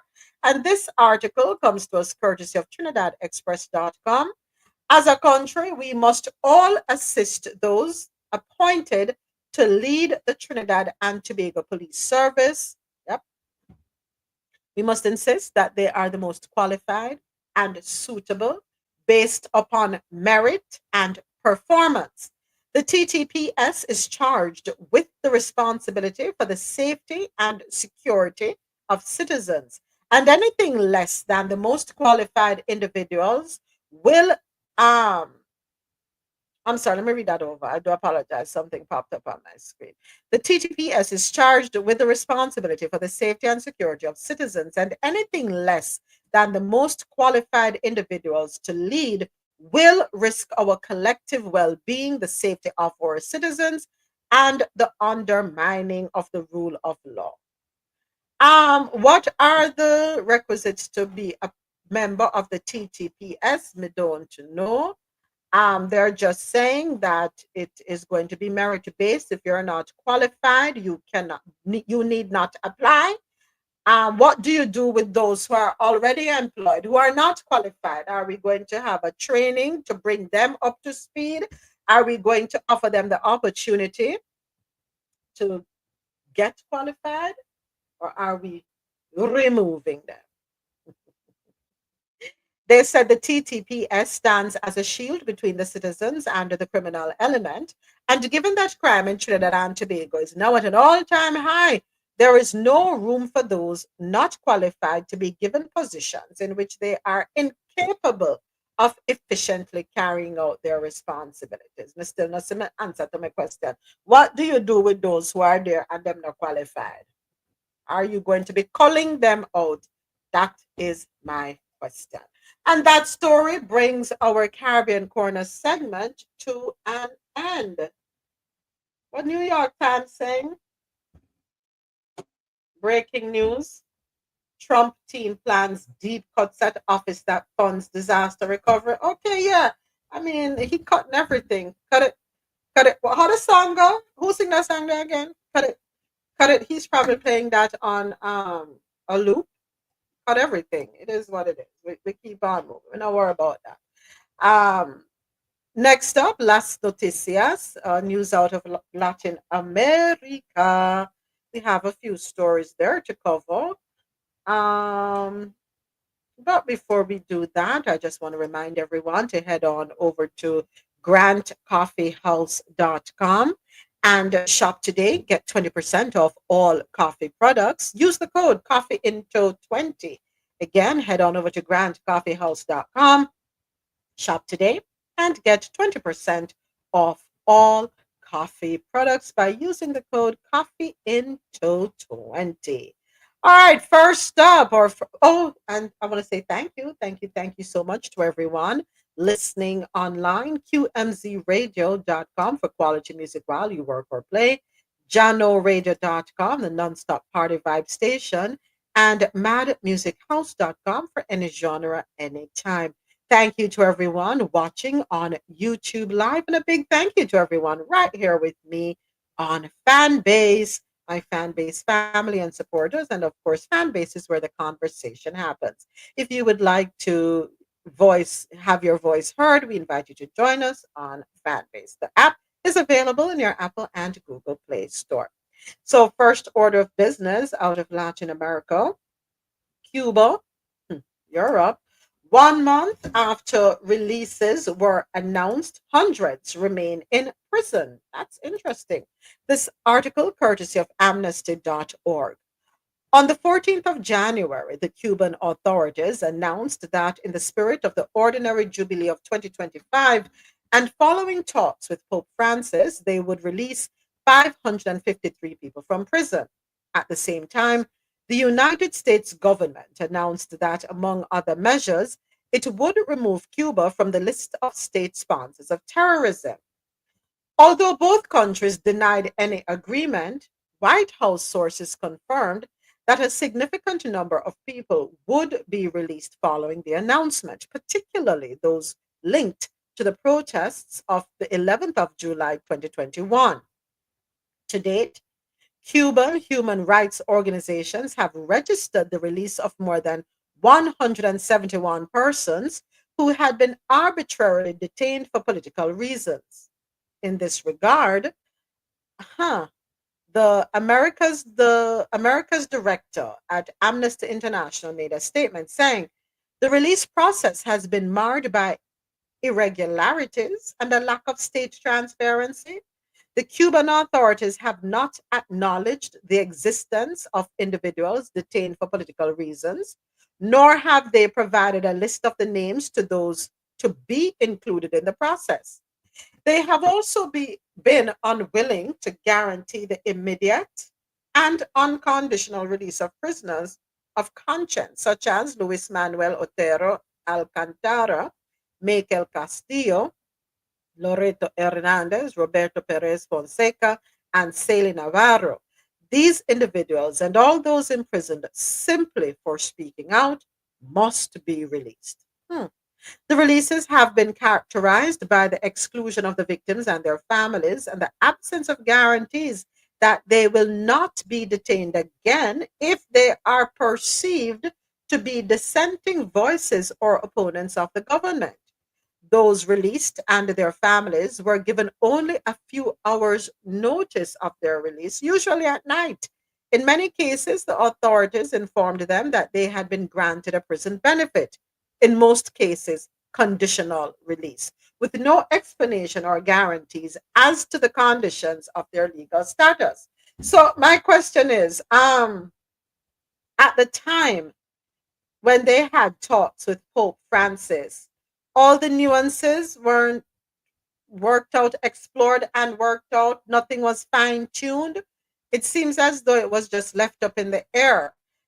No, I understand releasing may be a process, right? And may not have been able to happen in 24 hours.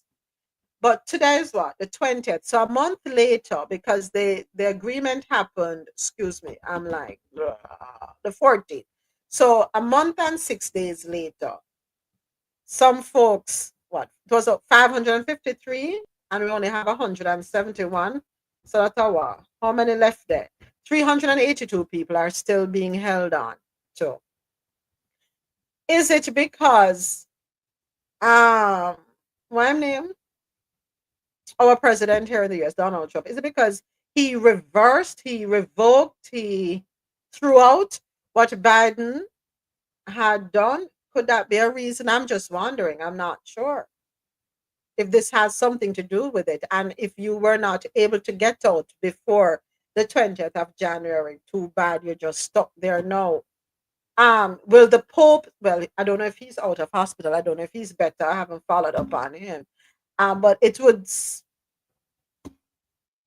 seem that he probably needs to have a conversation with them again. I don't know. I would implore the folks at what do people have name? Amnesty International to probably have a conversation with the Pope so the Pope can have a conversation with the Cuban authorities for them to uphold their end of the bargain. But in doing so, let us have explicit terms and conditions. Let there be an understanding. Are the releases going to be done unconditionally, or is it going to be, or are the releases going to be conditional? Right? Yeah, there seems to be some gray areas, and gray areas don't work very well. All right. Also in Cuba, the challenge of withdrawing money from ATMs in Cuba. This article, let me pin it here on YouTube. So, this one, courtesy of HavanaTimes.org. In Cuba, performing a routine task like withdrawing money from an ATM has become a daily odyssey for thousands of citizens. Long lines out of service ATMs and the scarcity of cash are some of the obstacles faced by those who rely on these machines to access their salary or pension. The images in this report capture the reality of many Cubans who, from early morning, gather in front of the few operational ATMs. With the rise of digital commerce and the country's liquidity crisis, the demand for cash far exceeds the banking system's capacity. Complaints are frequent. I've been here for hours, and when it's finally my turn, the ATM runs out of money or the power goes out. That's according to a frustrated user. This is compounded by recurring technical issues such as connection failures or bills that cannot be dispensed correctly. Moreover, the lack of maintenance on the machines worsens the situation, leaving many people with no option but to go to banks where the lines are even longer. While the government is trying to promote the use of electronic payments, the reality is that a large part of the population still needs cash to cover basic needs. This this visual report reflects the patience, desperation, and daily struggle of those who rely on ATMs to survive in an increasingly complex financial system. And they have put up quite a few papers. Well, you can see the large gatherings and people looking frustrated and wow. Cuban government, we understand the complexity of the situation there. However, try to ease the burden as much as you can on your citizens. It's like more palm plenty. All right. Okay.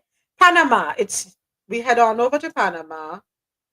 Um, hey J Paul, welcome to YouTube Live. Welcome. Thank you for joining us here. Panama is where we go, and the story is surrounding the whole deportee situation.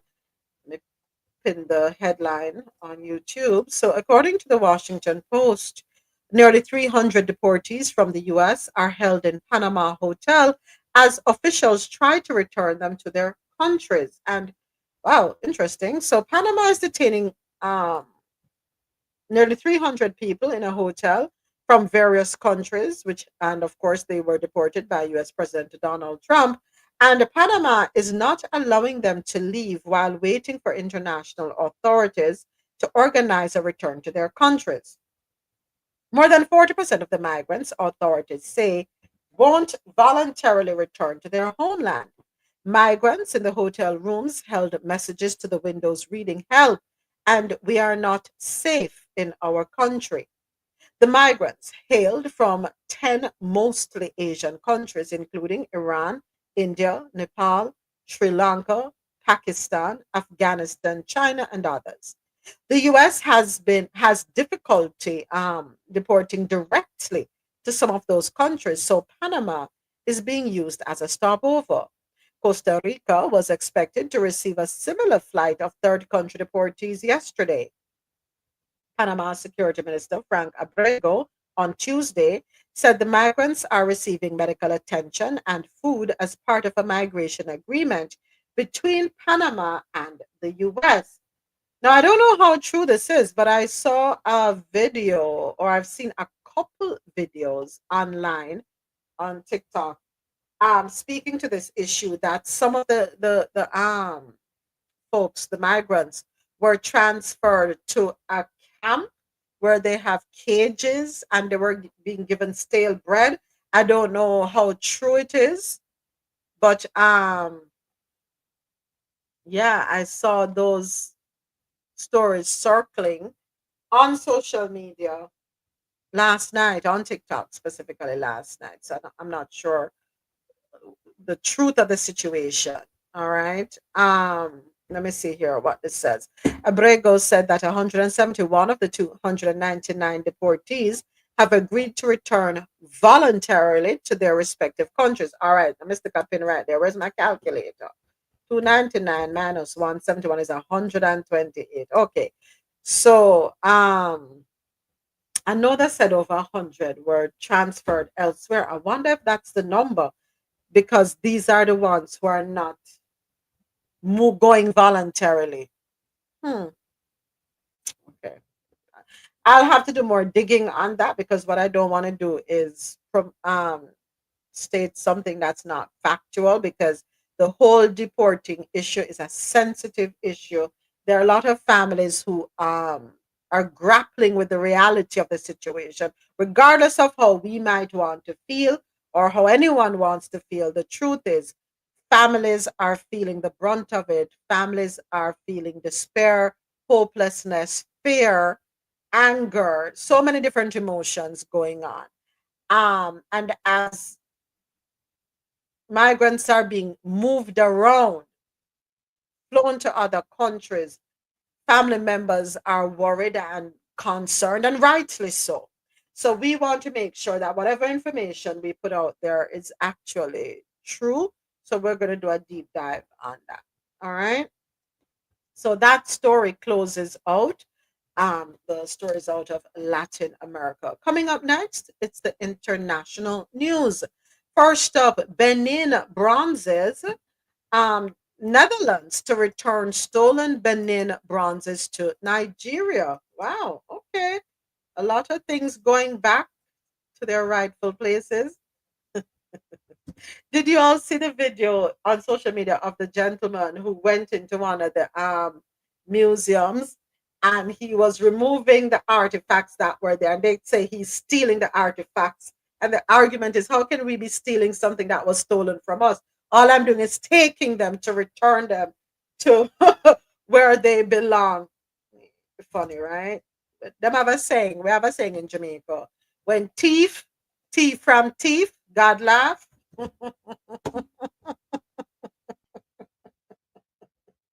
I steal it from you. How dare you come and steal it from me? Please, you're breaking the law.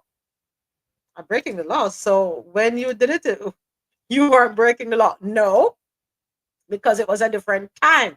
We were operating in a different time, in a different space, and the laws were, or there was the non-existence of laws. So you can't penalize me for what I did then, but I can penalize you for what you're doing now, because we have laws in place. Gotta love it. Gotta love it. Gotta love it. Gotta love it. All right. So let's head on to this article courtesy of BBC.com. So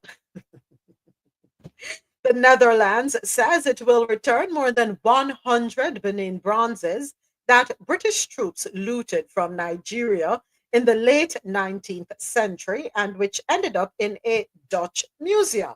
Thousands of these culturally significant sculptures and carvings were stolen during the violent destruction of Benin City in modern day Nigeria's Edo state, and this happened in 1897.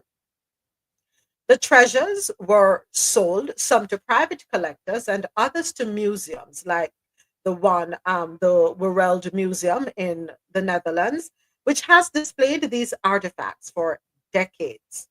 The return of the 119 artifacts is the latest repatriation of Benin antiquities. That's according to the Director General of Nigeria's National Commission for Museums and Monuments. Despite the name, not all the statues are made of bronze. They include figurines, tusks, sculptures of Benin's rulers, and an ivory mask. They were made during the 15th and 19th centuries. A transfer of agreement is due to be signed. Well, it should have been signed yesterday. And Mr. Holloway added that he hoped this would set a good example for other countries. In 2022, Germany was the first to turn over 20 Benin bronzes in a bid to deal with its dark colonial history. With this return, we are contributing to the redress of a historical injustice that is still felt today. That is according to the Dutch Minister of Culture, Education and Science when speaking with AFP News Agency.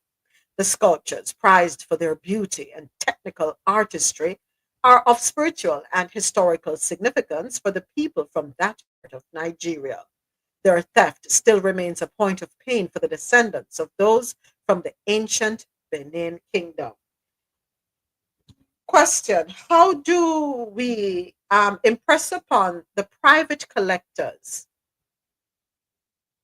who have them displayed in their homes or wherever? How do we impress upon them the importance of returning them? I know they're going to say, "Oh, we spent a lot of money for them," but you purchased stolen goods. Can you please return them? All right. Can we ask the Netherlands to see to it that I guess this is going to be a hard ask because I was going to say return the money that was made while they were on this on display, right? So you have them in a museum. If money was collected for people to have access to the museum, the money that was generated, could you please use that money to build a museum in Benin or that part of Nigeria so that they can be housed there? Give that as a, I'm sorry, gift. Did I gift though? Is that too much of a hard ask? I don't think so. I think that's reasonable. If we have held on to these artifacts that were stolen, and they were stolen, yeah. They were stolen and they ended up in our museum. We're going to do the right thing. We're going to go ahead, build a museum, a nice museum, secure museum, so that you can put them there. And people can go there to see these artifacts, you know? Yeah. All right. So I'm here for it. I'm here for it. Beautiful pieces indeed. Very beautiful. What was the fascination? What was the reason behind stealing these artifacts? What caused the looters then to be so enamored? What was the value they found in these pieces? Because as this article says, the statues are not all made of bronze. Some of them are wooden pieces, ivory pieces. So what was the fascination? And I'm asking that question because many of us probably don't see it, But I would like to know what it is that they saw that made them say, no, we have to take these things and, put them in museums and benefit from them. Truly interested to know. All right, next up. Lebanese government policy statement seeks new IMF program, drops language legitimizing Hezbollah. So the comment on YouTube is that they knew at the time of purchase. What I'm driving at in by saying that, J. Paul, is we need to recognize the value in ourselves, the value. Okay, so I guess Hezbollah is the rejecting word here. So YouTube is not allowing me to put this comment. Let me do this. Oops, I have to improvise here. Because YouTube is not allowing me to put that particular word. But it's a group of people, and the word is used in news articles, and it's used by the media. But, we learn as we go, as we post certain things. YouTube says, no, that can't go there, that cannot go there. And we will respect their rules and regulations and move accordingly. All right, if it can't be in print, it can't be in print. We don't argue with them, their laws. All right, let's see. It's taking it. All right, so I improvised. So now we can carry on. All right, so this article comes to us courtesy of Times of Israel. So if Israel, if an Israeli owned media outlet is using the word, I think we should be able to use it, right? Anyway, let's keep it going. Lebanon's new government will negotiate with the International Monetary Fund for a new program and will work to deal with the country's financial default and public debt. This is according to a policy statement approved by the cabinet. The statement, a copy of which was reviewed by Reuters, says the government would work for an economical revival that could only be achieved through restructuring the banking sector. Lebanon has been in deep economic crisis since 2019, when its financial system collapsed under the weight of massive state debts, prompting a sovereign default in 2020 and freezing ordinary depositors out of their savings in the banking system. Beirut reached a draft funding deal with IMF in 2022, contingent on reforms that authorities failed to deliver. The finance minister, who took office as part of a new government, agreed earlier this month, told Reuters an IMF mission is expected to visit Lebanon in March. Jaber said he had met the IMF's resident representative in Lebanon, Federico Lima, and confirmed that the government plans to move ahead with reforms. So, Lebanon's political landscape has been turned on its head since the Iran-backed Lebanese group, the Hez, a long-time dominant player in Lebanese politics, was badly pummeled in last year's war with Israel. Reflecting the shift in the power balance, the government policy statement did not include language used in previous years that was seen to legitimize a role for Hezi in defending Lebanon, saying instead, we want a state that has the decision of war and peace. The statement says it is required to adopt a national security strategy and a foreign policy that works to neutralize Lebanon from conflicts. All right, moving right along. Another story in our international news segment, we head on over to Nigeria. Nigeria's $34 billion lithium reserves are in demand amid a global rush. This article comes to us courtesy of businessday.ng. Nigeria has a vast lithium reserve estimated to be worth over $34 billion. And guess what? It is attracting global demand. Lithium is a key component in the production of batteries for electric vehicles and renewable energy storage systems. And as such, Nigeria is positioning itself to become a major player in the global lithium market. The growing interest in Nigeria's lithium reserves comes as countries and companies worldwide scramble to secure supplies of the mineral. And this mineral is essential for powering the green energy revolution. Lithium is topping the charts in terms of interest. And according to Dele Alake, we have been seeing the springing up of lithium factories in Nigeria already. That's amazing. See to it, Nigeria, that whomever is coming to your shores and finding value in what you have will agree to your terms of negotiation, and see to it that the terms of negotiation are favorable for your country, your people. All right. We need to uplift the lives or improve the lives of the majority in your country. So remember, whatever you do, be reasonable. And those who are representing Nigeria in the negotiations, don't just look to skim off for yourself. That's all I'm going to say. Everyone is to benefit. Okay? Everybody. Russia is offering a US a deal on natural resources, access to the Arctic. What's going on here?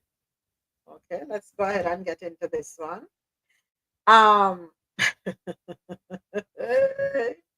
This article, courtesy of KievIndependent.com.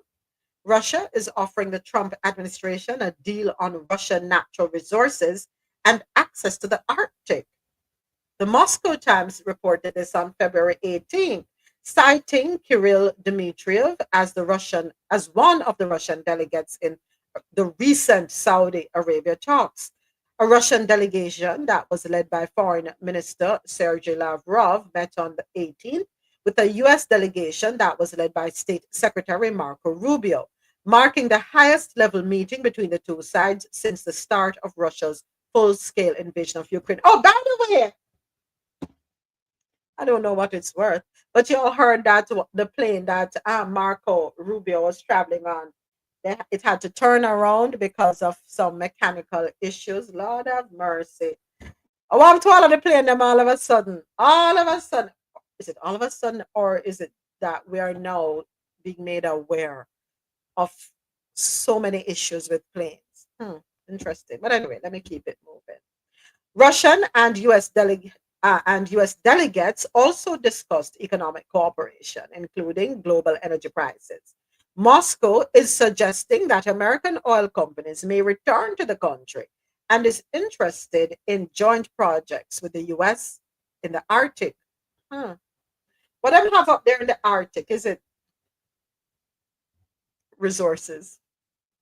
Plain and simple. Because to us, the Arctic is just one whole heap of ice, and we think penguins and polar bears.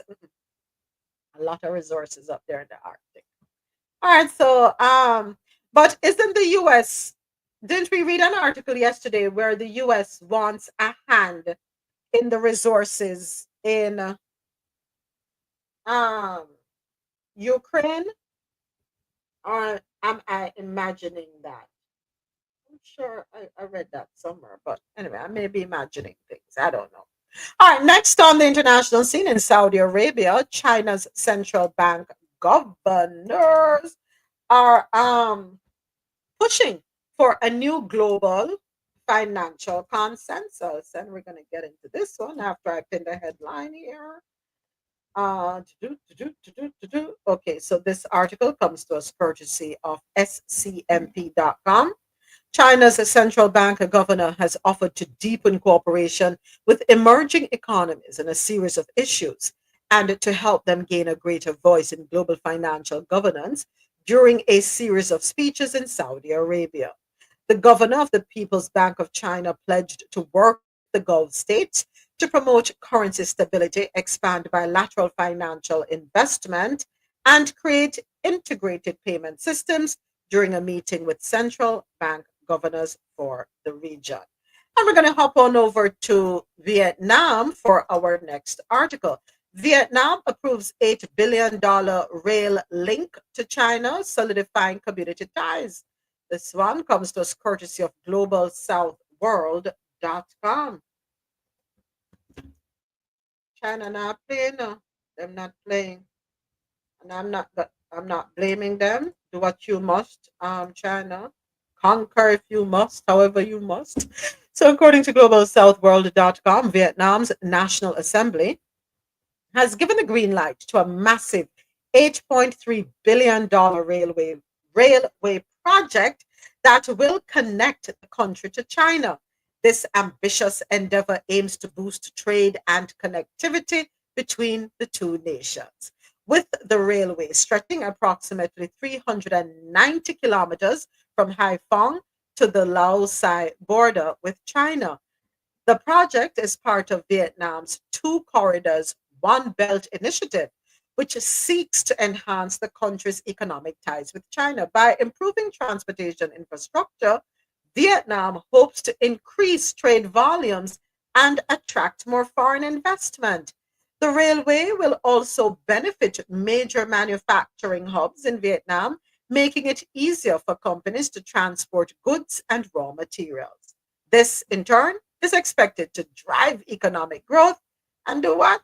Create new job opportunities.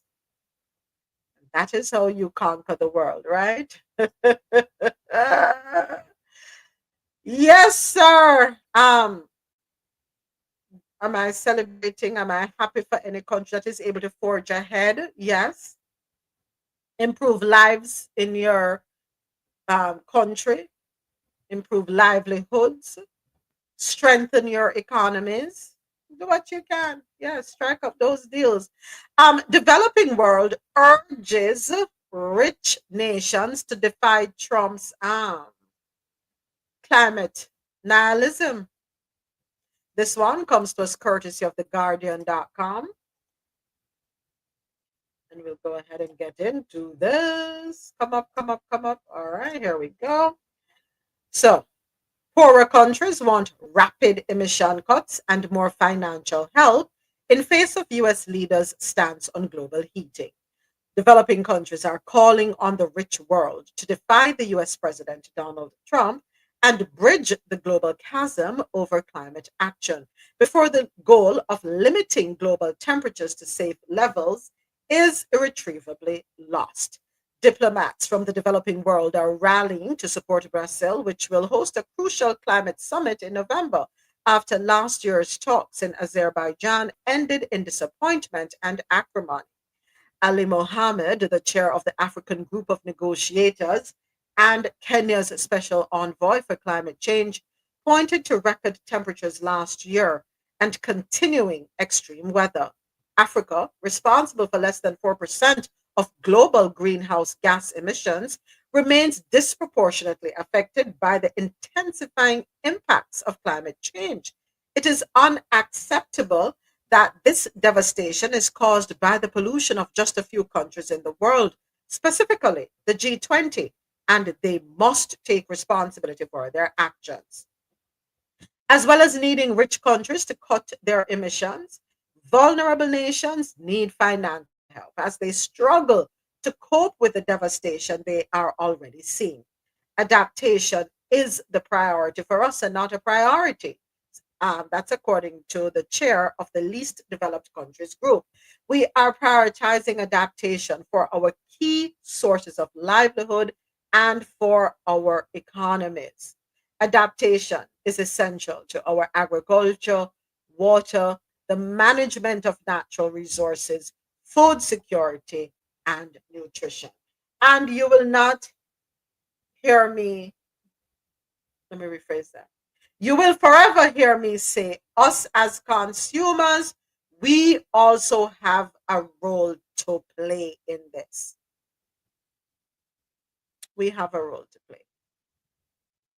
We can significantly contribute to the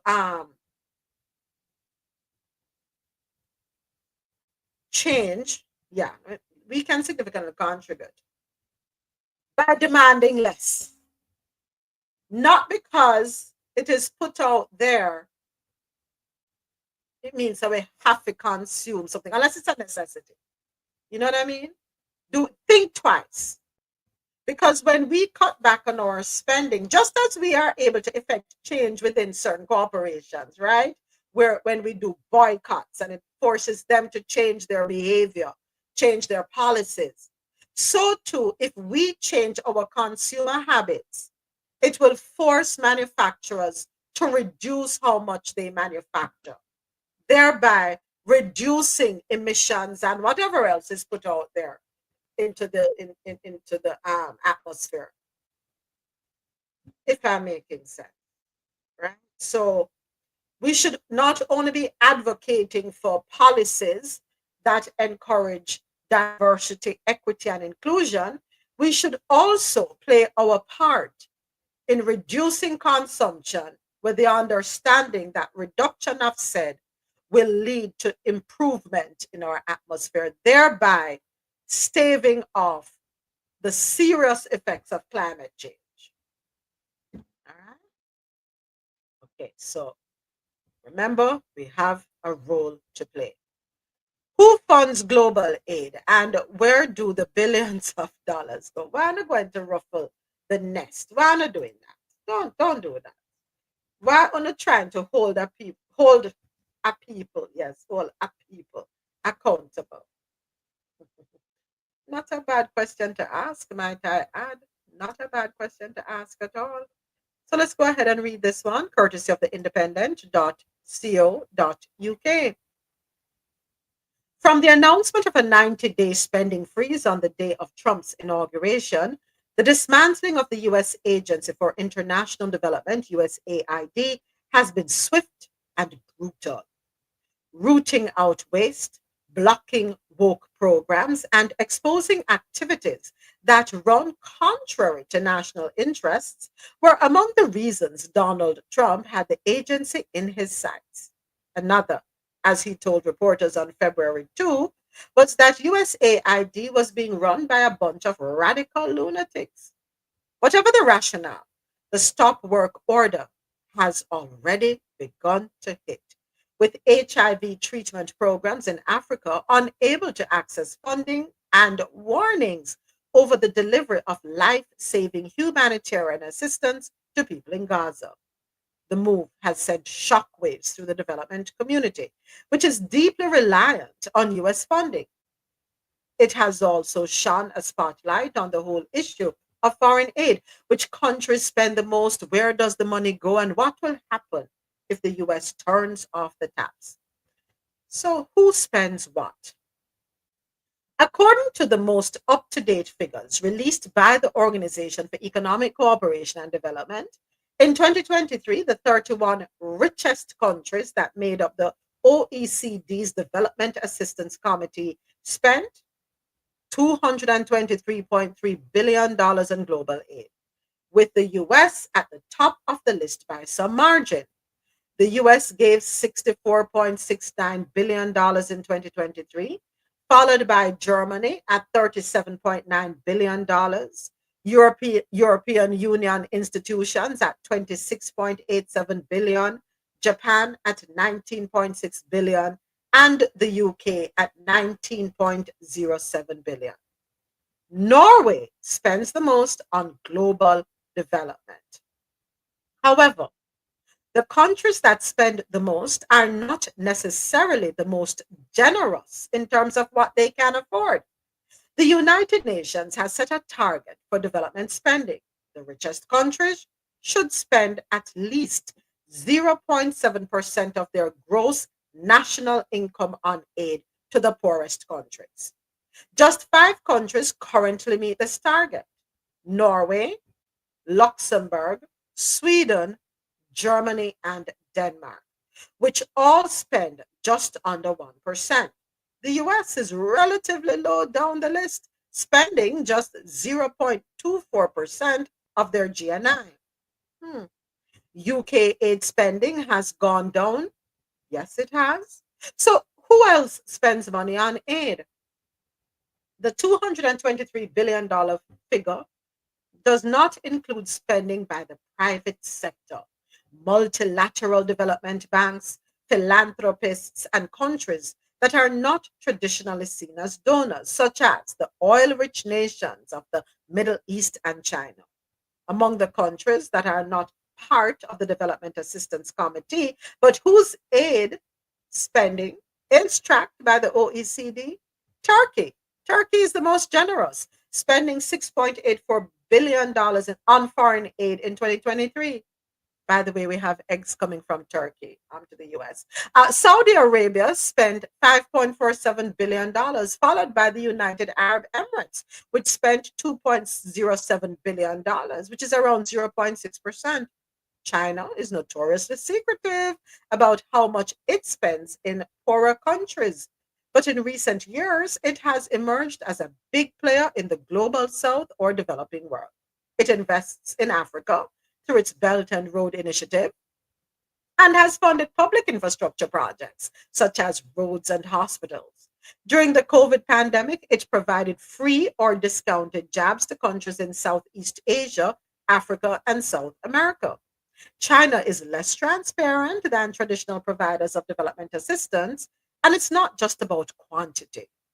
The terms on which these monies are provided are not transparent. Are they grants? Are they loans? And if they are loans, what are the terms of these loans? So the US, in other words, yes, they generate a lot of, or not generate, they do give a lot of funding. However, they're not the only ones giving. Many companies are giving, some quietly, some not so quiet. And we cannot ignore that there are private entities that also donate. Now, the question is, for me at least, is to be directed to the governments of countries that receive the funding. They need to answer up. What exactly has been done with the money that is provided? If it's a dollar figure, if it is a matter of resources, meaning medication, is the medication being sold or is it being given? Because a lot of times now we tend to get free things and turn around and sell it for make a dollar. I strongly believe if it is given to you freely, pass it on to those who are in need. So any resource that is tangible, let us make sure we are not charging our citizens for these resources. Now, the money, the dollars and cents that goes into a bank account, how is that money dispensed, disbursed? Who are we holding accountable for these monies? That's an important conversation to be had. How long have these countries been getting this free money? How impactful has this free money been? Have we seen any progression? And when I ask that question, I'm asking it in the sense of, if there is progression, there should be the lessening of dependency. The dependency should not be increasing, because whatever we get, we should be using to teach a man to fish so he can feed himself for a lifetime. If I'm making sense. Am I being reasonable or am I being unreasonable? Are these governments of these countries that are considered low-income countries, are they using the funding as a crutch?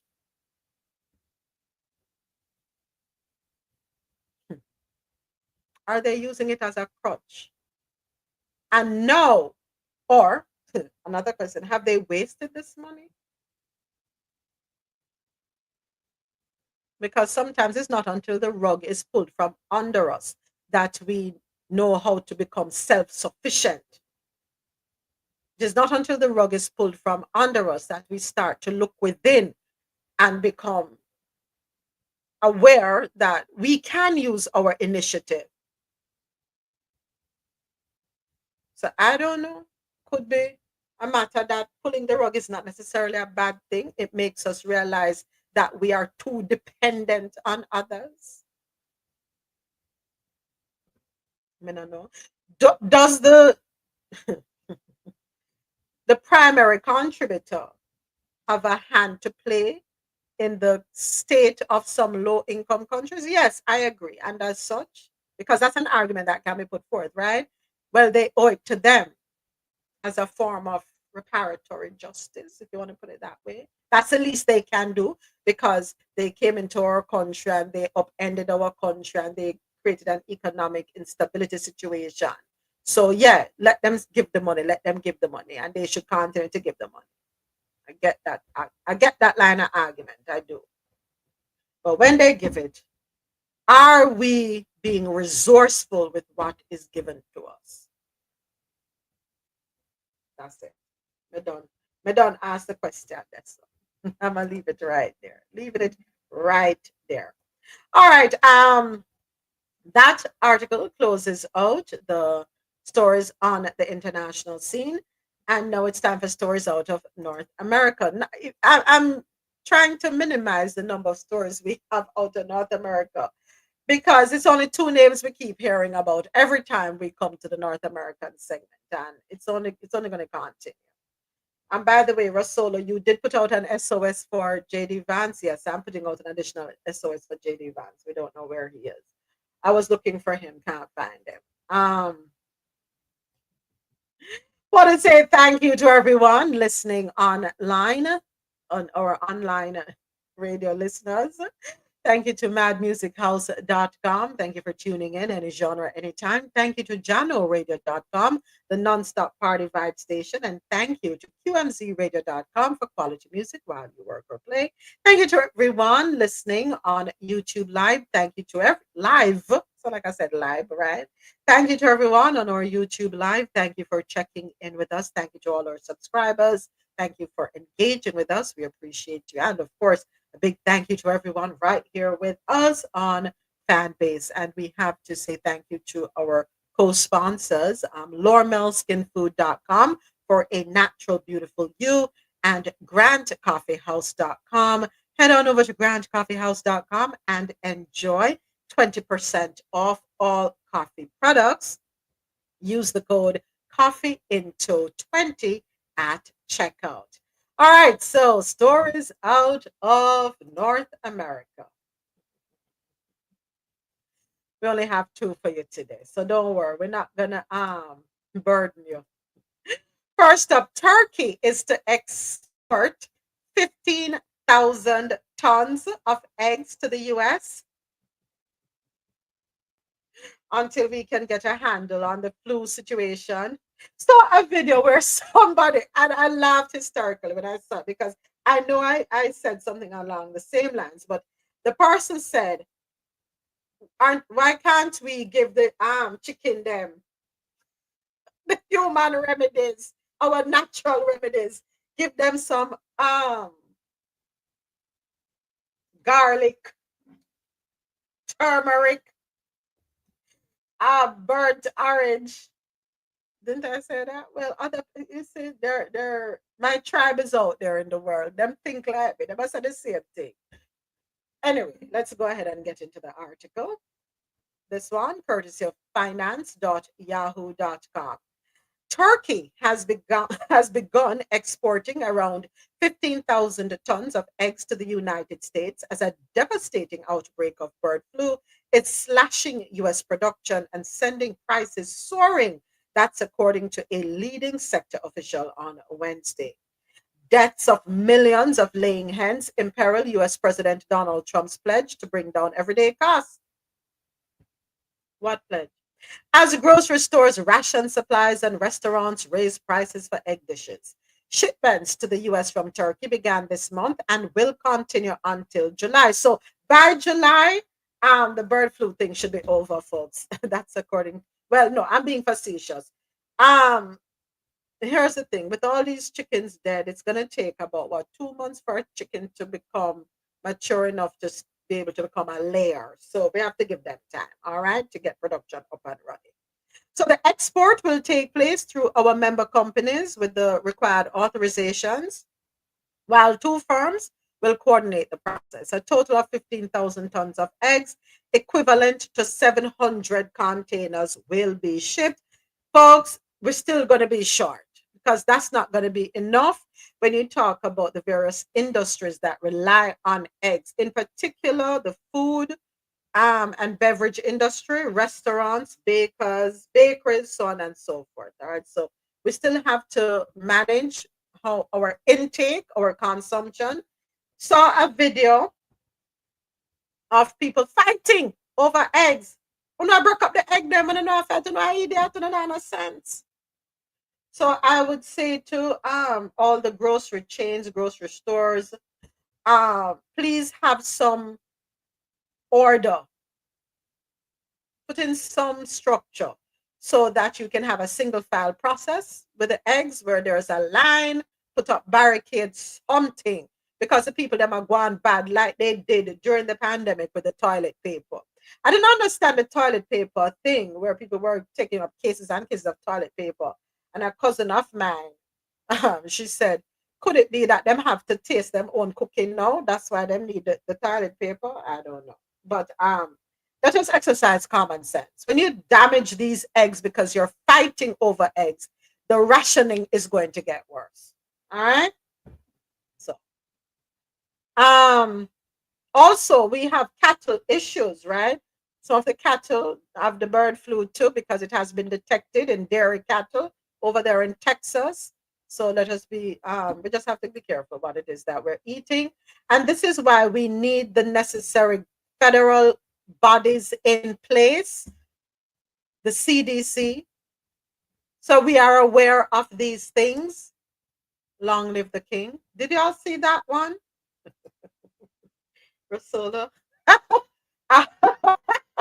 You know, when I saw that one, long live the king, on the Time magazine post. Well, he's the one that put up long live the king, and he's calling himself a king because he's reversing the MTA, what is it up there in New York?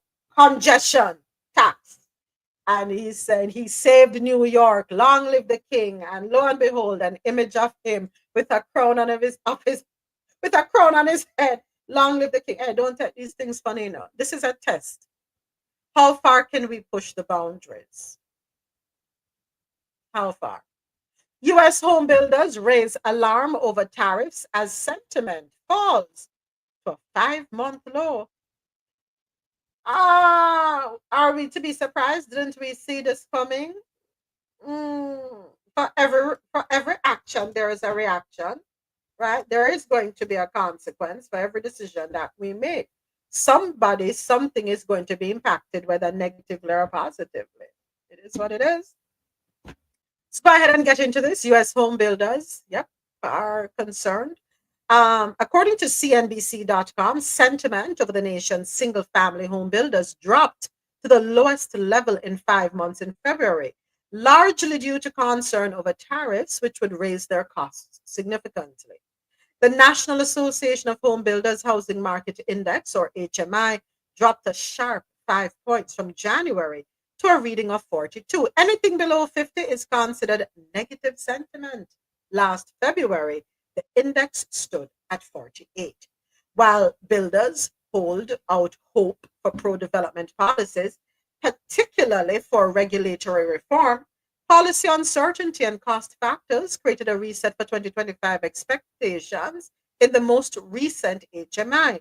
That is according to the NAHB chairman, Carl Harris, who is a home builder from Wichita, Kansas. Of the index's 3 components, current sales conditions fell 4 points to 46, buyer traffic fell 3 points to 29, and the sales expectations in the next 6 months plunged to 13 points to 46. That last component hit its lowest level since December 2023. Builders are already facing elevated mortgage rates. The average on the 30-year fixed mortgage rate was above 7% for January and February, after earlier being in the 6% range. Home prices are also higher than they were a year ago, weakening, of course, affordability. While President Donald Trump's tariffs on Canada and Mexico originally proposed to take effect in early February were delayed roughly a month, builders are still expecting higher costs. With 32% of appliances and 30% of softwood lumber coming from international trade, uncertainty over the scale and scope of tariffs has builders further concerned about costs. And that's understandable. Home builder sentiment had been gaining steadily since August on the expectation of lower mortgage rates, as the builders noted potential pro-development policies. Single-family housing starts are trending lower than they were a year ago. You know something? Remember when the then Vice President Kamala Harris was campaigning, and a part of her campaigning speech was the push to make it easier for home ownership, in particular first-time home owners, with the $25,000 incentive. And I'm sure many of the builders, especially in Texas, I'm sure many of the builders stood to gain from that initiative, right? Because if there's a credit, guess what? The houses are going to sell. And a builder gets their money up front and center. The mortgage company, the financier sends a check over to the builder and they clear their expenses, right? But yet, many of the same builders right there in Texas, they voted against their own benefit and interest. So I don't know what to say to over there in Texas. Keep on rolling. It is what it is. You have, and many of these builders, especially these large builders, they voted to support Trump because they were thinking of the tax breaks that they were going to benefit from directly, not thinking about the market becoming stagnant, how difficult it is going to be to move inventory. You see, you have to use common sense.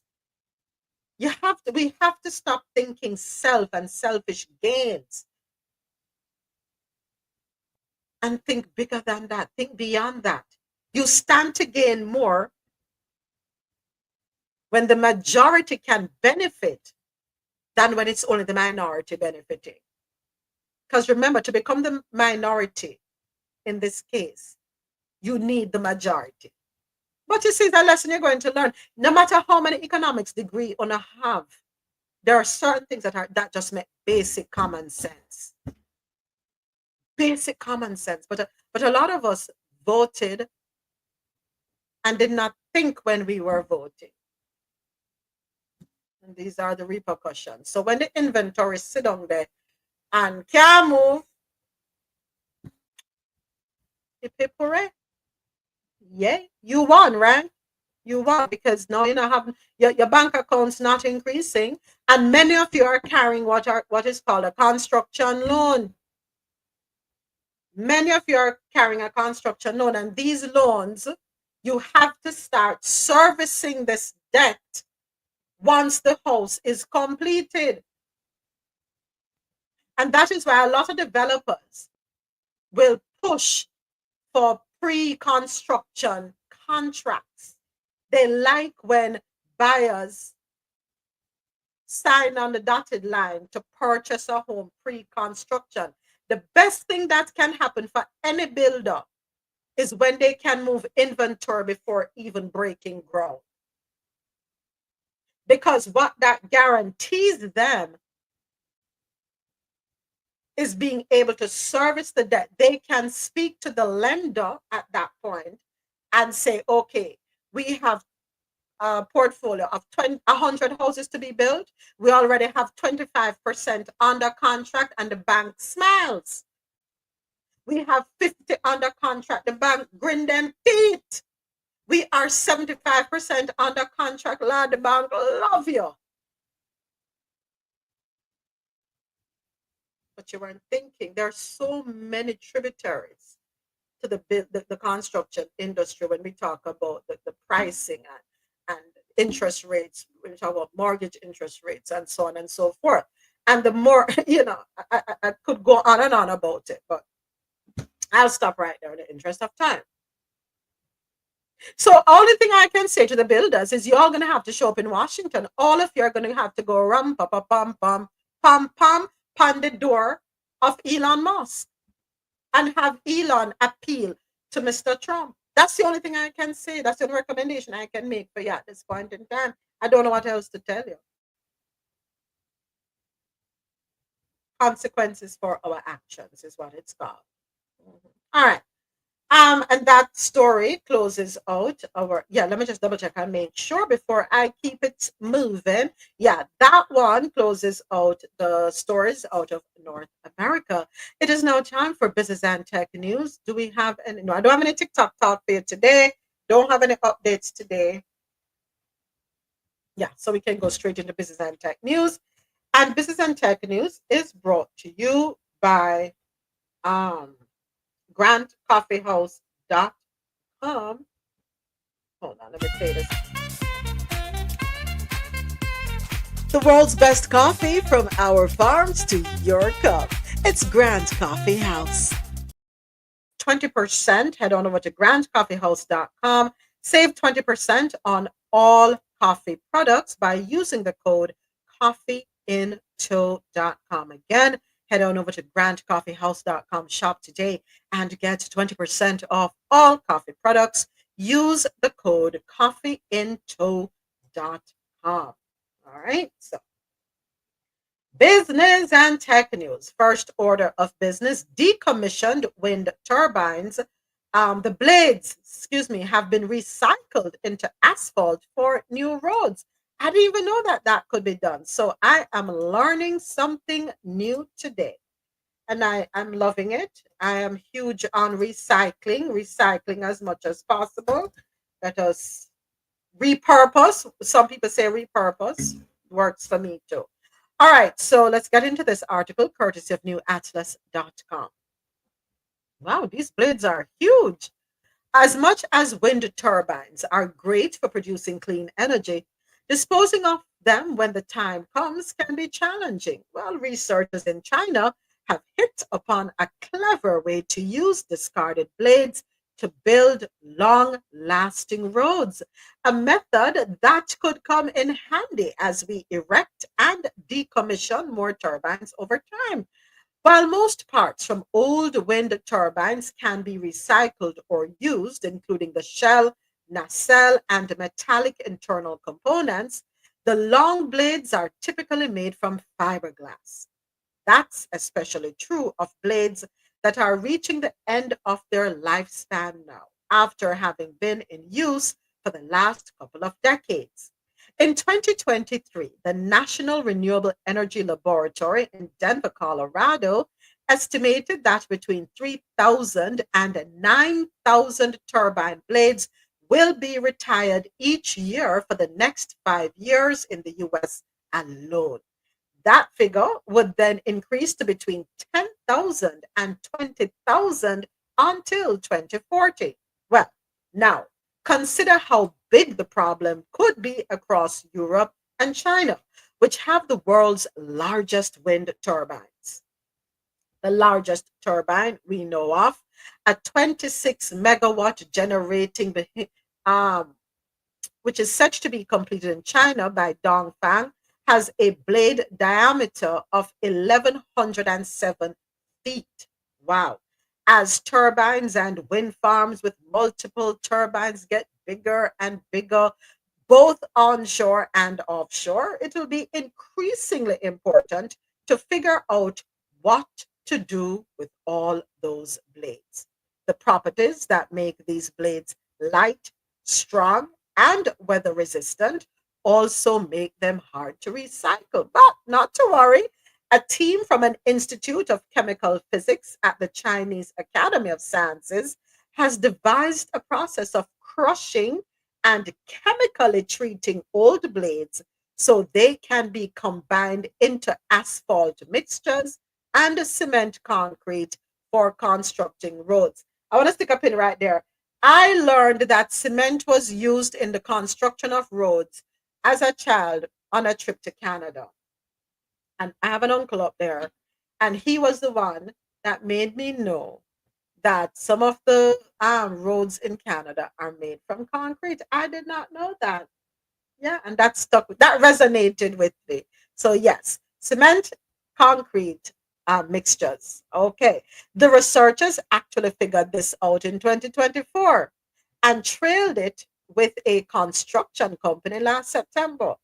5 months after creating the asphalt mixture and laying a section of the highway, the Qingfu Highway, in the northeast part of China, the road has reportedly not developed any cracks or rotting. Look at that. Yay! I like this. I really like this. And this is something that I would encourage all countries to embark on, being a part of this initiative, whether you have windmills or not. Did I say windmill? Wind turbines or not? If you can take advantage of the resources, if China is willing to share with you, embark on this. But I like this. Repurposing wind turbines. Yep. All right. Also in our business and tech. Oh, well. Before I forget, folks. Before I forget.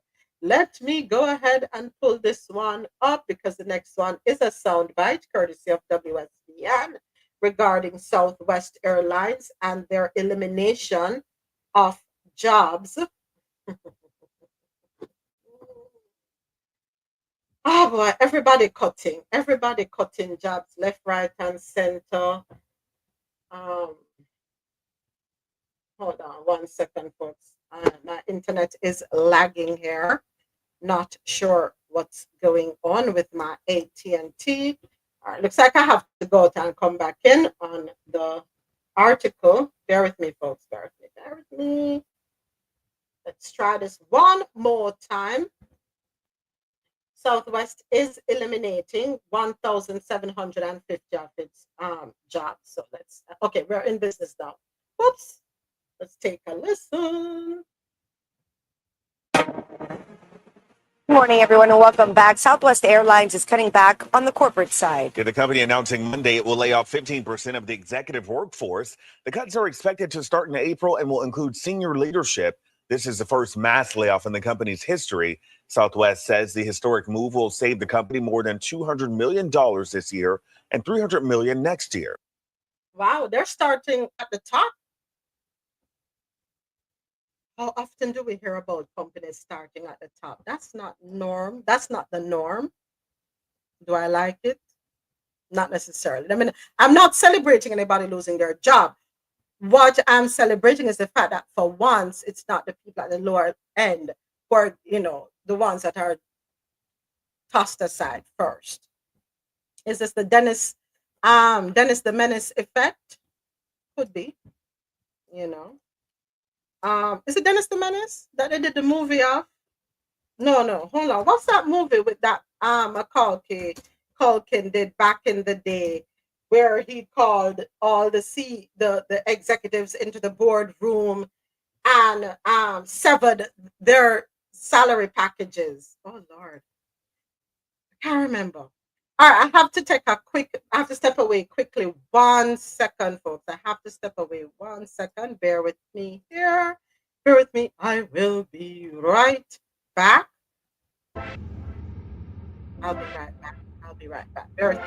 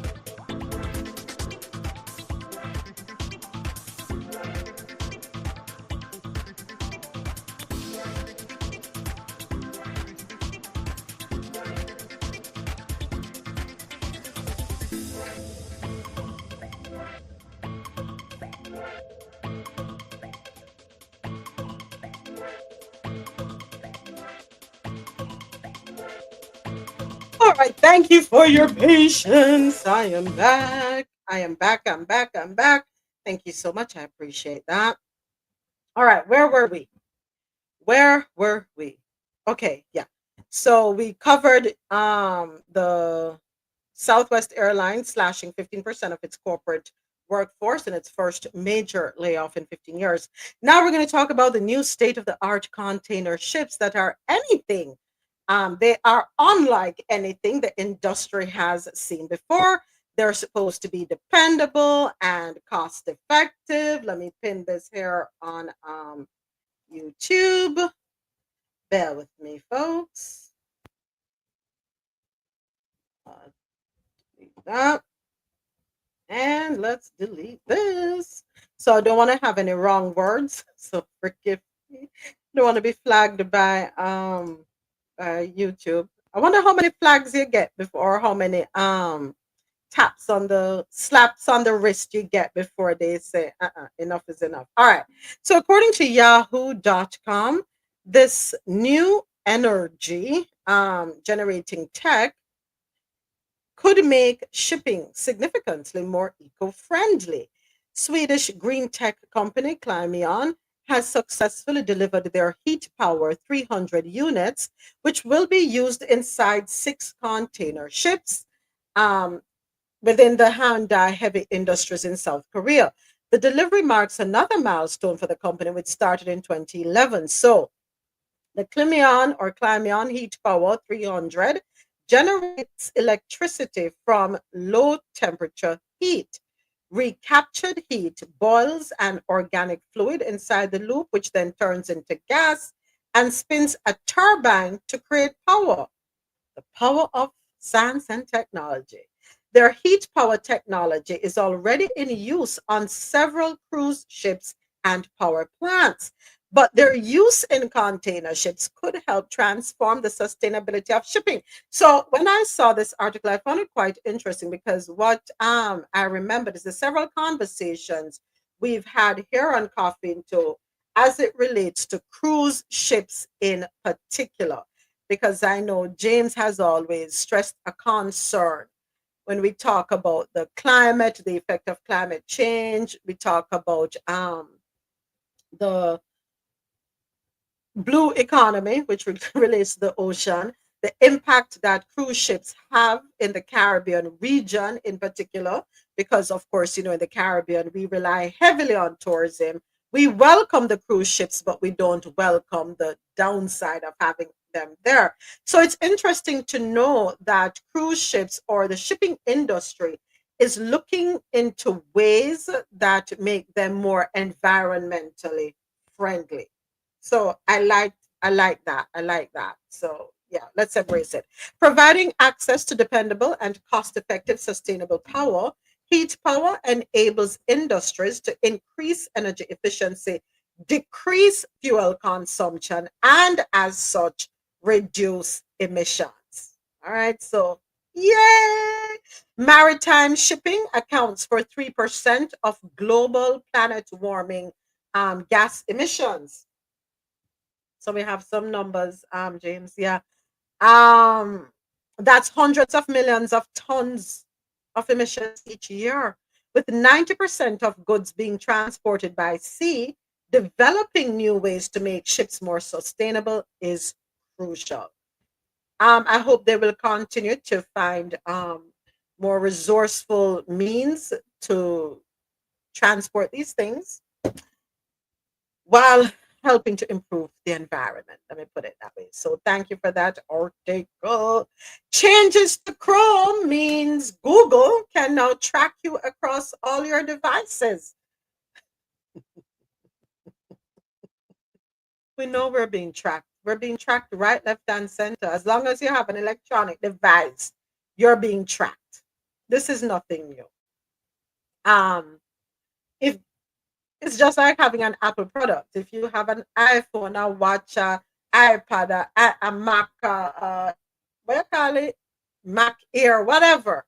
If you have all of those, the very fact that you can cast from one device to another is casting, I call it, or airdrop. I don't remember the term now. So many terms out there. As long as you can airdrop from one device to another, of course, there's a great likelihood that they can track you. I don't care what anybody wants to say. We're all being tracked. But let's go ahead and get into this article. And this one is courtesy of mirror.co.tech. What's this? Breaking news. The Pope could resign if health battle stops him from doing one thing. I'm not going to open that. Don't want to talk about that now. Let's stay on track. Stay on track, folks. Stay on track. So according to mirror.co.uk, users of the world's most popular online browser are being warned. New changes mean more of their data can be tracked across the internet.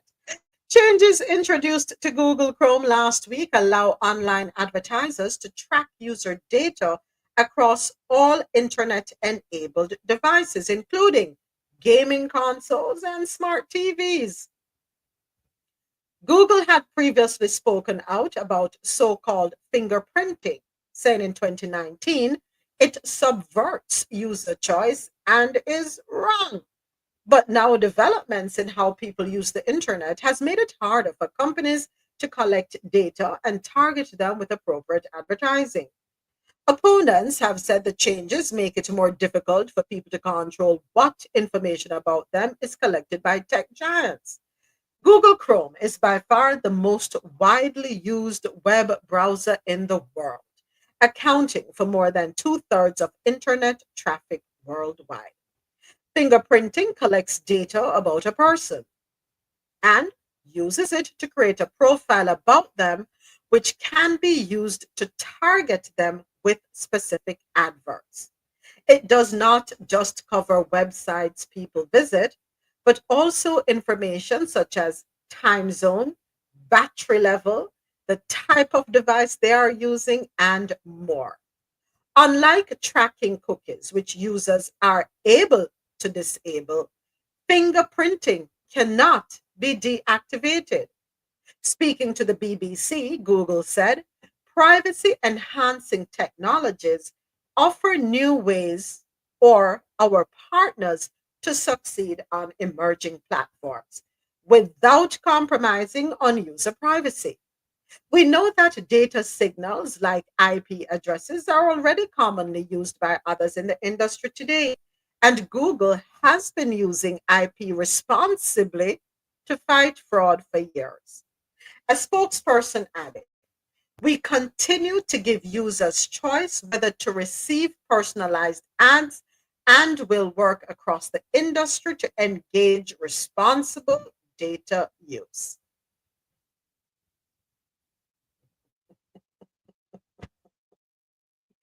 I'm laughing because let me ask a question. Did we ever think that we weren't being tracked?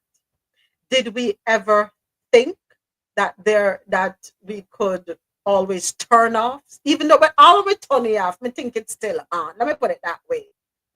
When we were turning off tracking cookies, me deep down in my spirit feels so we were still being tracked.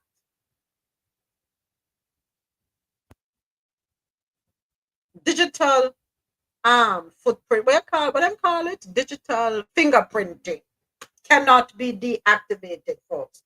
So what this is saying, thank you, Empress. I agree, Empress. Empress says that doesn't matter because they already have violated your privacy. We don't have privacy. What is privacy? We talk about peeping toms, people looking through your window, but guess what? They're in our houses already. The very people we don't want in our houses, they're in our houses, listening to everything we say, watching everything we do. So, me not understand. Where was the privacy? Did we ever have privacy? They made us feel privacy existed. That was a lie. They're just letting us know now that, hey, listen, we're watching you. And there's nothing you can do to stop it. That's all we're doing. So AT in the chat put, use Proton Mail for secure email and or VPN. You know, AT, It is they can look through your walls. Yeah, literally. Literally, they're hearing everything you say, you do. They know when you go to the bathroom. They know when you go to your bed, when you wake up. They know what you're cooking. They know what you're watching on TV. They know when in your backyard, side yard, front yard. They know when you go and come. Don't be fooled. Those are the things that people now watch. And that is why, you know what? I agree. In the chat, Emperor says it's amazing how the USA has been giving away your security. I have a VPN attached to everything connected to the internet, and that's a good thing. I have heard a lot of data, I should say, not data, what you call them? IT, techies. I've heard a lot of techies say that, you know, limit your exposure as much as you can or by using a VPN. What we're going to have to do, one day we're going to have a tech room, or, you know, or carve out some time to have a tech room, because that is what is important right now, how to protect ourselves in the digital landscape as our privacy is stripped away from us more and more. We need that. So, AT, we're going to have to make sure one day when you're available and you can lead the way on that one, because that is what we have to be most aware of right now. You know, because another thing where I'm pushing for that too, cyber attacks. That's a new way to attack people. Is it new? No. Let me take away the word new. That is the best way to attack people, people say. You want to get them through, do it through the cyber world. Yeah, and that's a dangerous thing. Very dangerous. And this thing called the dark web, that's a whole nother conversation.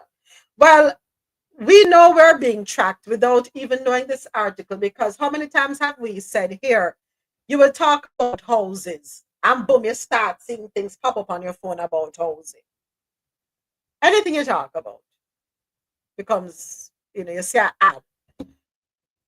They buy and sell our information and they're worried about China. China is not our problem. We have a bigger problem right here. I can't trade my information as much as I know because I'm not going to be greatly disappointed. I can guarantee you, say when I come across any information for me, on a kiss in the teeth, cut couple bad word, and keep it moving. Can I just realize it? No waste, no time. I have a thing to offer. Yeah. So carry on.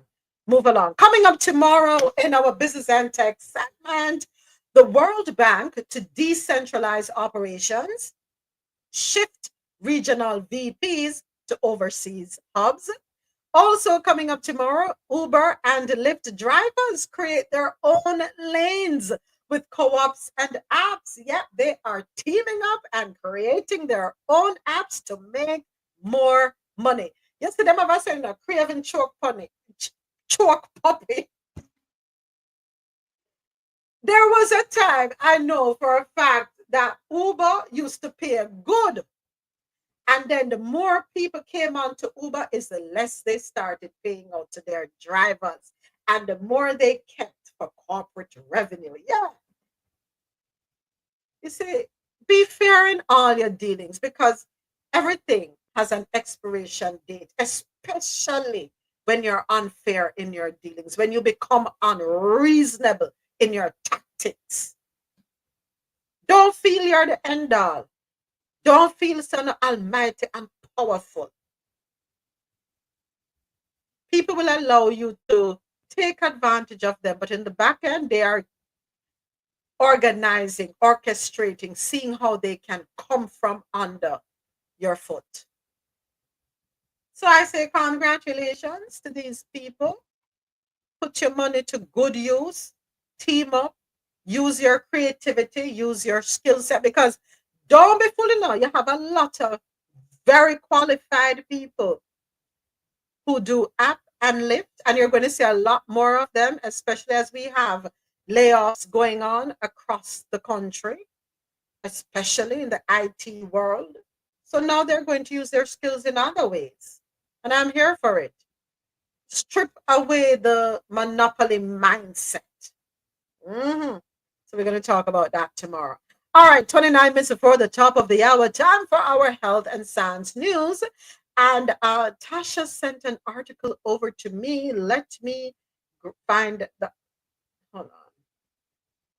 Let me find the article back. Bear with me a second here. Bear with me, folks. Bear with me. I pinned the article. Where did I pin it and I put it in a file? Wanna please tell me where I move it to? I know I cannot find it. Okay, here it is. Got it. Thank you, Tasha, for sending this one over. Hope we can pronounce the words. Autophagy or autophagy is a we're going to be talking about that today. But before that, let us do this. I have to LormelSkinFood.com. Where Lormel Skin Food. Log on to LormelSkinFood.com. Discover the range of natural skincare solutions.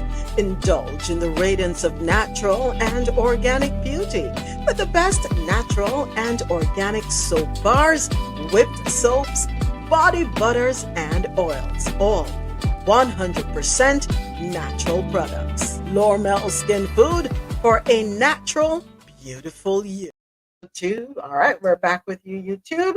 So let's get into the article. Here we go. So autophagy, or is it autophagy or autophagy? Autophagy. Which one is it? You know what? Shame on me. I have no problem calling out myself. Let me do something here. 1 second. Yeah, hold on. So what? Real Jamaican country girl. Anyway, let me behave myself. Why not giving me the pronunciation? I don't want that. I want the pronunciation. Yeah. All right, see, I want to make sure. Huh? Hold on. No, not that. This. Why it won't make me hear it? Hold on 1 second, folks. Autophagy. There we go. See? Autophagy. Hold on, Dasha. Hold on there. I wasn't looking at skip. Mr. Dehan. All right. See there. Autophagy. See? I'm being sent to school today. Autophagy is a natural process by which the body cleans out damaged cells to regenerate newer, healthier cells. The term comes from Greek, where auto means self and phagy means to eat. So it essentially means self-eating, autophagy, all right? This cellular mechanism is vital for maintaining balance within the body, as it helps in removing dysfunctional components like misfolded proteins, worn out organelles, and other cellular debris. So, in other words, folks, our body can be a garbage dump, and we have to clean it out, right? We have to remove the garbage, the toxins, the waste. At the cellular level, autophagy acts like a recycling system. When cells are stressed due to factors like nutrient deprivation, infection, or damage, they trigger autophagy to help restore homeostasis. This process involves the formation of a double membraned vesicle called an autophagus. Okay, Tasha, you need to go read that word there because me not finish med school, me drop out, right? Yeah, which engulfs unwanted materials. The autophagosome, or Tasha, you now come start the word then, right? These auto things then fuses with other words. Tasha, I laugh after she sit down there, laugh after me. You did finish what you call it, nursing school. The darling here never finished. Autophagy plays a critical role in overall health. It aids in immune function, cellular repair, and energy regulation. By eliminating damaged parts of the cell, autophagy helps prevent the accumulation of harmful materials, which can contribute to conditions like cancer, neurodegenerative diseases, and cardiovascular problems. There's also growing interest in autophagy from a health and longevity perspective. Studies have suggested that stimulating autophagy through methods like intermittent fasting, caloric restriction, or exercise could improve one's lifespan, enhance mental clarity. Probably me need to do more detoxification because my mental clarity not there. That's why I can't pronounce the words then. Okay, thank you. Thank you for bringing this to my attention, Tasha. Thank you for the subliminal message. All right, so enhance mental clarity and reduce the risk of chronic disease. However, while autophagy's benefits are becoming clearer, excessive or insufficient autophagic activity can have detrimental effects, indicating what, folks? Moderation, meaning balance is key. In essence, autophagy is one of the body's most sophisticated and important self-repair mechanisms, ensuring that cells are constantly refreshed, which contributes to overall well-being. So, word of the day, autophagy. AUTOPHAGY. All right? So how does it work? It takes place within the gelatinous, Tasha, within the gelatinous fluid inside of a cell called cytoplasm. Really, Tasha, you really are sending me back in a biology class. I haven't done biology in years. It is a process in which a cell recycles unneeded or damaged parts of itself to create new parts and to provide energy for cell survival. You hear me laughing and carrying on, but let me be serious for a second. It is important that we know how our body works. It is very important we understand how our body works. And by doing so, we will appreciate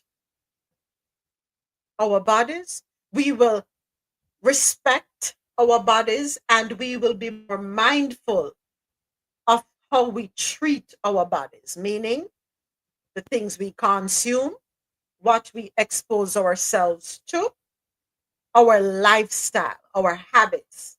We will be more cognizant and we will understand that we can have a better quality of life when we take care of ourselves. It's not just the mental, it's not just the spiritual, but it's also the physical. So let me put fun and joke aside. Yes, some of the words them I got twist up my tongue, but I want us to look at the bigger picture, and it is to understand how our body works. All right? Okay. So autophagy occurs when cells are either damaged or deprived of the nutrients they need to survive. When this happens, complex chemical reactions are triggered within the cytoplasm to turn junk into fuel and functional cell components. So there are multiple steps, and these multiple steps include a lot of words that I cannot pronounce. But you know what I'm going to do? Here's what I'm going to do. At the end of the show, I am going to put this article on the website, coffeeinto.com. I'm going to put it on the website. I'm going to put it on the page that says resources. To the right side of the page, of the resources page, where we have the Black Women's Health Imperative and the Lancet link. I'm putting it there. As a matter of fact, here's what I'm going to do. Tasha, don't kill me. I am going to ask you kindly to send me whatever articles, since you're in the health world, send me whatever articles that are beneficial to us. We can highlight them and we will direct people to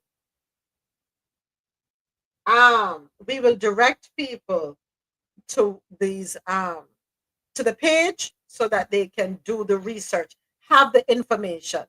With the information, when you go to your healthcare providers, or if you're speaking to a dietitian or anyone that deals with homeopathic, that realm, that field, we can have reasonable conversation, right? We don't have to know everything, but at least we can have an understanding. Because after all, it's our bodies, no? Yes, our bodies, we have to take care of them. At least we can have these conversations. So I'm not going to go any deeper because these words I cannot pronounce. I'm not ashamed to say that. And Miss Tasha, she will not come up on the stage. I know she's not able to at this time, but when I know she'll be able to do so. But it is important. So we're going to do more research on autophagy, right? As it has important effects. It speaks to our cells. The essence of it, folks, is this: treat your bodies right. Rest is important because when you rest is when there is the renewing of cells as well. All right. Feed your bodies with the proper nutrients. Know your good fats from your bad fats. Know the good proteins that you need to put in your bodies. Know the sources. Understand the role nuts and grains and fruits and vegetables play. Right? A lot of us forgot what we learned in school because some of us didn't have a natural interest, and that's okay. We're not here to chastise anybody because we're all not we express interest in different things, and nothing is wrong with that. But it is important to at least have an awareness. All right. A lot of us forgot what we learned in integrated science, in biology, in chemistry, in physics. So we're grateful for those among us who remember these things and seek to remind us of the importance and the awareness. It is important for us to maintain our cells, to rebuild cells, and to create cells. Amino acids. Do we know what amino acids are? Amino acids are important, right? We need to look them up, folks. Look up these things. Again, I'm going to be pinning the article on the Coffee Into website at the end of the show. And I invite you to head on over there to the resources page so you can read this article inside out. And that way you can take better care of yourselves. Now, one thing I want to highlight is how to trigger autophagy. All right. Fasting, exercise, restricting calories, and switching to a keto diet. Now, before you switch your diets, folks, it is important that you get a blood panel done. Know what your body is in need of or what it is in excess of. In other words, talk to your healthcare provider. Do not just get up and jump on a bandwagon because keto diet is the newest craze or whatever the diet is out there. Atkins diet was a hot thing at one point. No, people that are Ozempic like it's I don't know, like it's some drug. Before you jump on a diet, before you start following trends, it is important that you consult with your health care provider. If you haven't had an annual done yet, I implore you to go ahead and schedule those annuals. I hope I'm making myself clear. All right. Okay, so let me move this over here so I remember to pin it at the end of the show. Also, in our coming up tomorrow in our health and science segment, researchers invent groundbreaking device to extract dangerous chemicals from water. I'm loving the sound of that. That's why research is important. Funding research is important, right? Because research can save lives.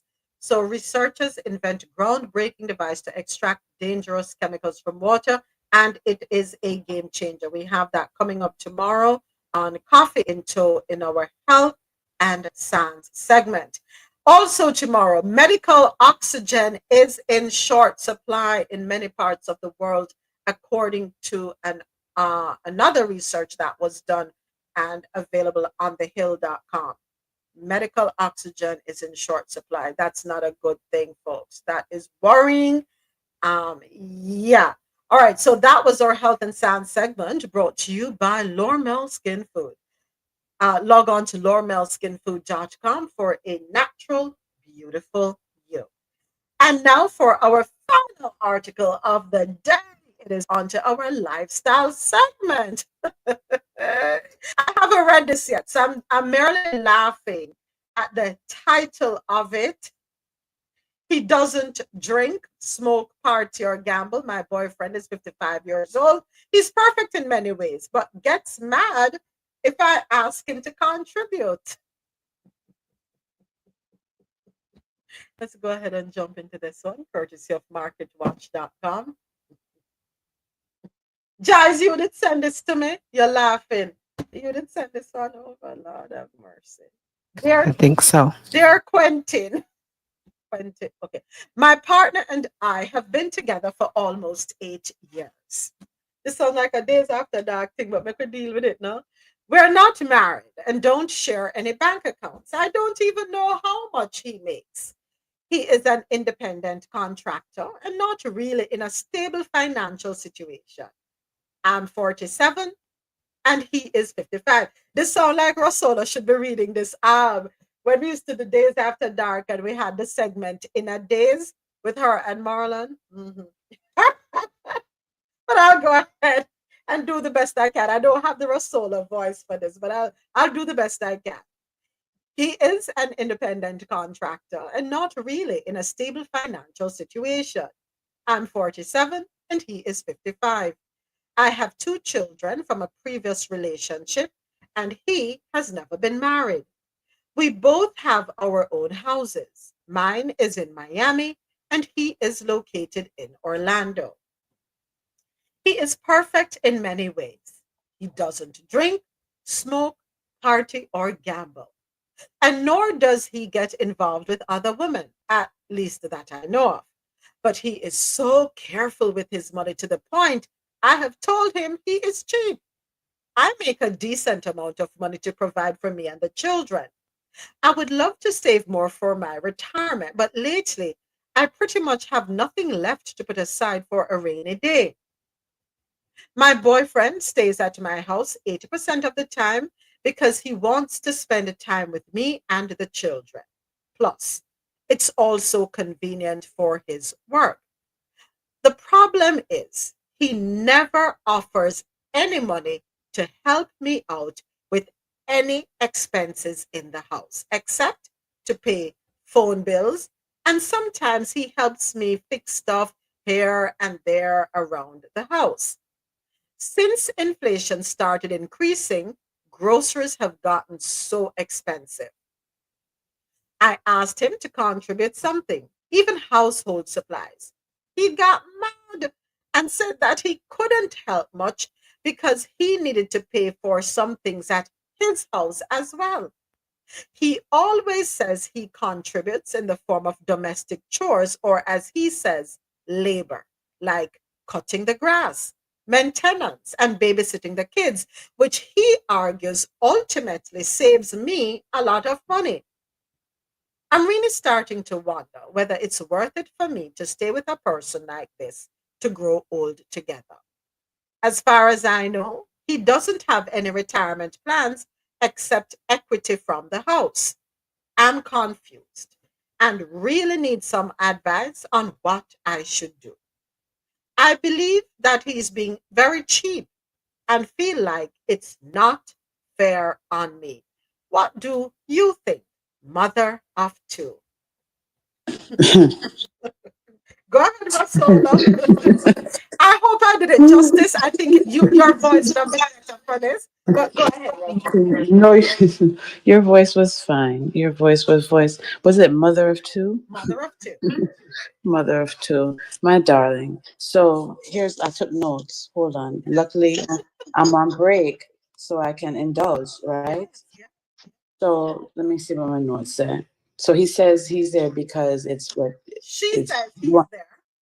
She says he's there because it's cheaper and he wants to what? Spend time with her and the children. Spend time with her. Okay. All right. And then and he says it's physical labor. It's like an equity. It's like a barter of services. Right. He does things like cutting the grass and babysitting. Yes. Babysitting and she pay all the bills. All right. So everybody can agree to disagree. Why are you laughing? I didn't say anything yet. All right. Let me mute myself. I don't understand why you laughing. Why you think I'm going to say something ignorant? I'm not going to say anything ignorant. Maybe. So no, come off mute because now I need to feel like I'm talking to you. So. Okay, make your mind up. All right. Okay. I want you off mute. Okay, so I'm trying to say it nice. We're still on air and everything, right? We're still okay. We're still on my air, love, yeah. mother of two. You have to learn to say no. You have to learn to love yourself, my girl, because you are being taken for granted. It's cheaper to stay with you. That's why he's staying with you, because it's cheaper. He doesn't have to pay any bills over there, and you can clean the domestic. So basically he's saying take out the garbage, mow the lawn, and babysit. I'm sorry. I just have a different narrative if it's someone who's living with me. It's not babysitting, that part. However, I'm trying to give you grace, my love, because I was in your space. So let me drink a shot first. All right. So you're on the job. Okay, that too. I gotta put it down. So listen. You have to learn. Okay, so so he offers all these things, and if that's fine, what's the problem? If he offers all these things and that's fine with you, you wouldn't have written the letter. How about that? If you were fine in your space and everything you wrote and all the questions you asked, you already have the answer to. You already have the answer to the questions. You just want us to validate what you want. I'm not validating your decision. That's on you. You have your own choice to make. You make your choices. You either know if you're being taken advantage of, or if this is somebody that you want in your life, like you said, to grow old with and continue to pay all the bills and him just mow the lawn. Tell me. But it's your choice. But don't come to us now and ask us any questions, because I don't feel like doing that anymore. You have your choices. Can you at least be a little compassionate with her? I can't, because you have your own choices. And the reason you wrote the letter is because you don't have the gumption to make the decision yourself. And that's just the facts, because I've been there and I know it and I've lived it. You don't have the gumption to do it yourself, so you want to be validated. What do you want us to say? That it makes sense that he only wants to mow the lawn and babysit and you pay all the bills? How much to mow the lawn every week? How much to mow the lawn every week? Get few other people to mow the lawn for you. You can hire more lawn services for less. Okay, so let us say it costs $50 a week to mow the lawn. How much a week for babysitting? She has 2 children. How much per child a week? I understand that part. I understand. Yeah, if you're living in, I understand how you're saying you're babysitting my children, or I'm babysitting yours. I don't understand that narrative. What do you mean babysitting? Kids babysit. The hell?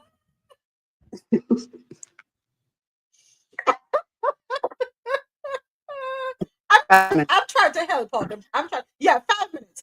I'm trying to help him out. Let me read the comments before we get off here. Hold on a second, Mr. President. Let me read the comments in the chat before we have to wrap up on air. And of course, once we wrap up on internet radio, we invite everyone listening on QMZRadio.com, JadoRadio.com, and BadMusicHouse.com to head on over to YouTube and to Coffee Into on YouTube for the live. So Julie said she has 3 kids now. Might as well claim him on her taxes. I agree. That's the best comment. AT says she's not a priority for him. He's benefiting from transportation and free meals. Go ahead, Mr. President. Let's get your comment before we get off air. I would even go lower than that. Anytime a man don't even want to buy his own food, forget that. Put that in the garbage and throw it out. There you go. Thank you. And he said it. And you said I wasn't being kind. There it is. What is wrong with us? What is wrong with? But here's the thing: you're laughing, but there are many women going through this right now. There have been some men that don't have no gumption. I mean, I take every man, woman, and child. It hits. There are many women who are listening right now, and they're listening to us laugh. But the truth is, don't get mad at us because we're laughing. I've been through it, so I understand. You can always reach out to me. I understand. I said, but I'm gonna just tell you how it is. I'm not gonna sugarcoat anything for you. Just says he's a part of the homosexual community. And for those of you who are wondering, a homosexual is one who leeches. They need somewhere to live, so they will pretend to like you, pretend to love you. They will tell you, "Oh, I'll take the trash out. I'll But pick he's you not up pretending. from work." Just to get. Sorry, I'm sorry. I'm on mute. Go ahead.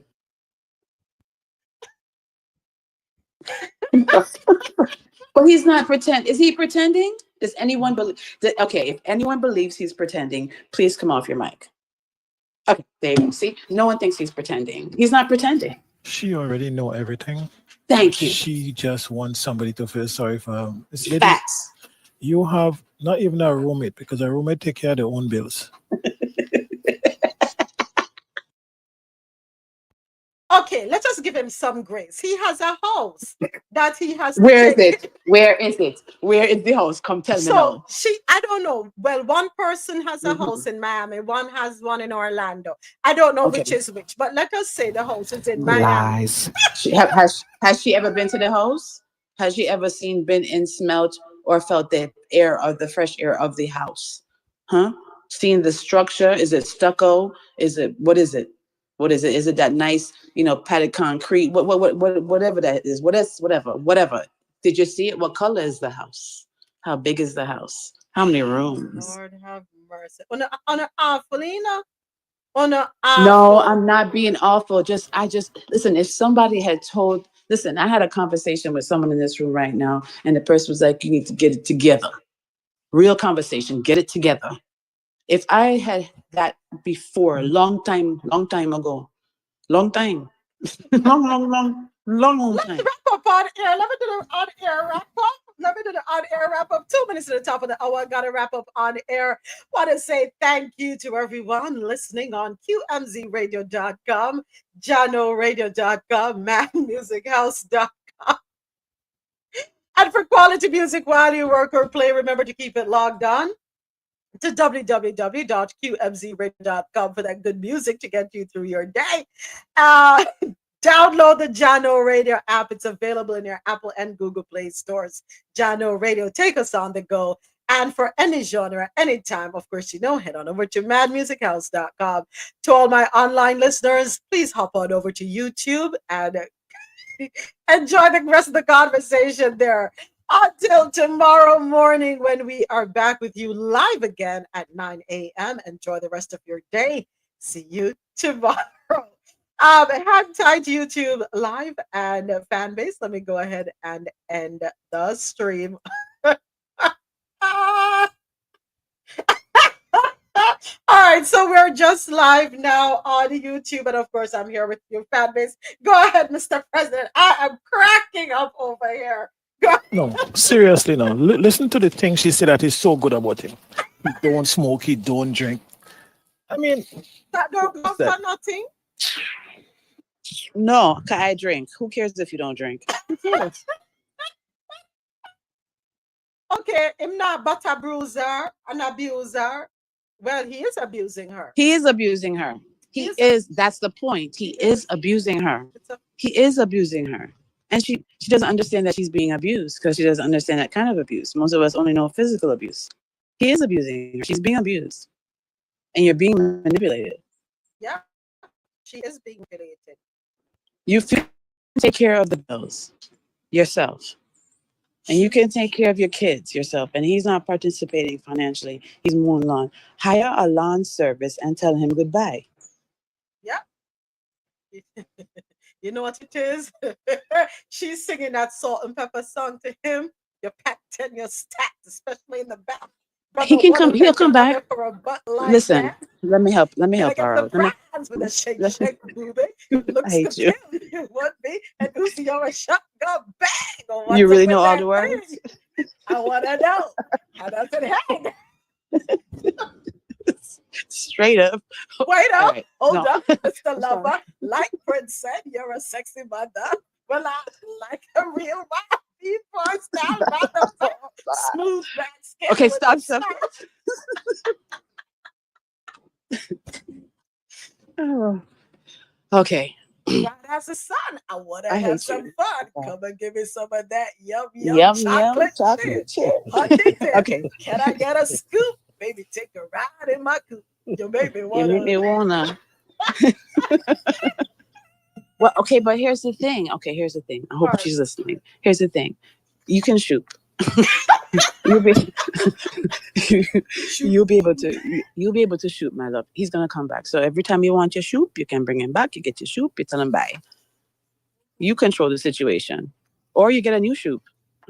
Maybe you're blocking a blessing that you wouldn't even understand who's gonna take care of you. I think a lot You of may be women blocking it. are detized. Mm-hmm. She's detized. And he put it down so good.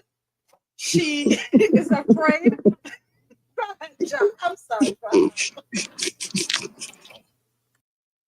I'm sorry. This is really a Days After Dark conversation. Lady, men, do any other men, besides Mr. President, AT Marlon, anybody want to say anything else? What's your recommendation? If she were your sister, what do I already know Mr. President say? Put him outside.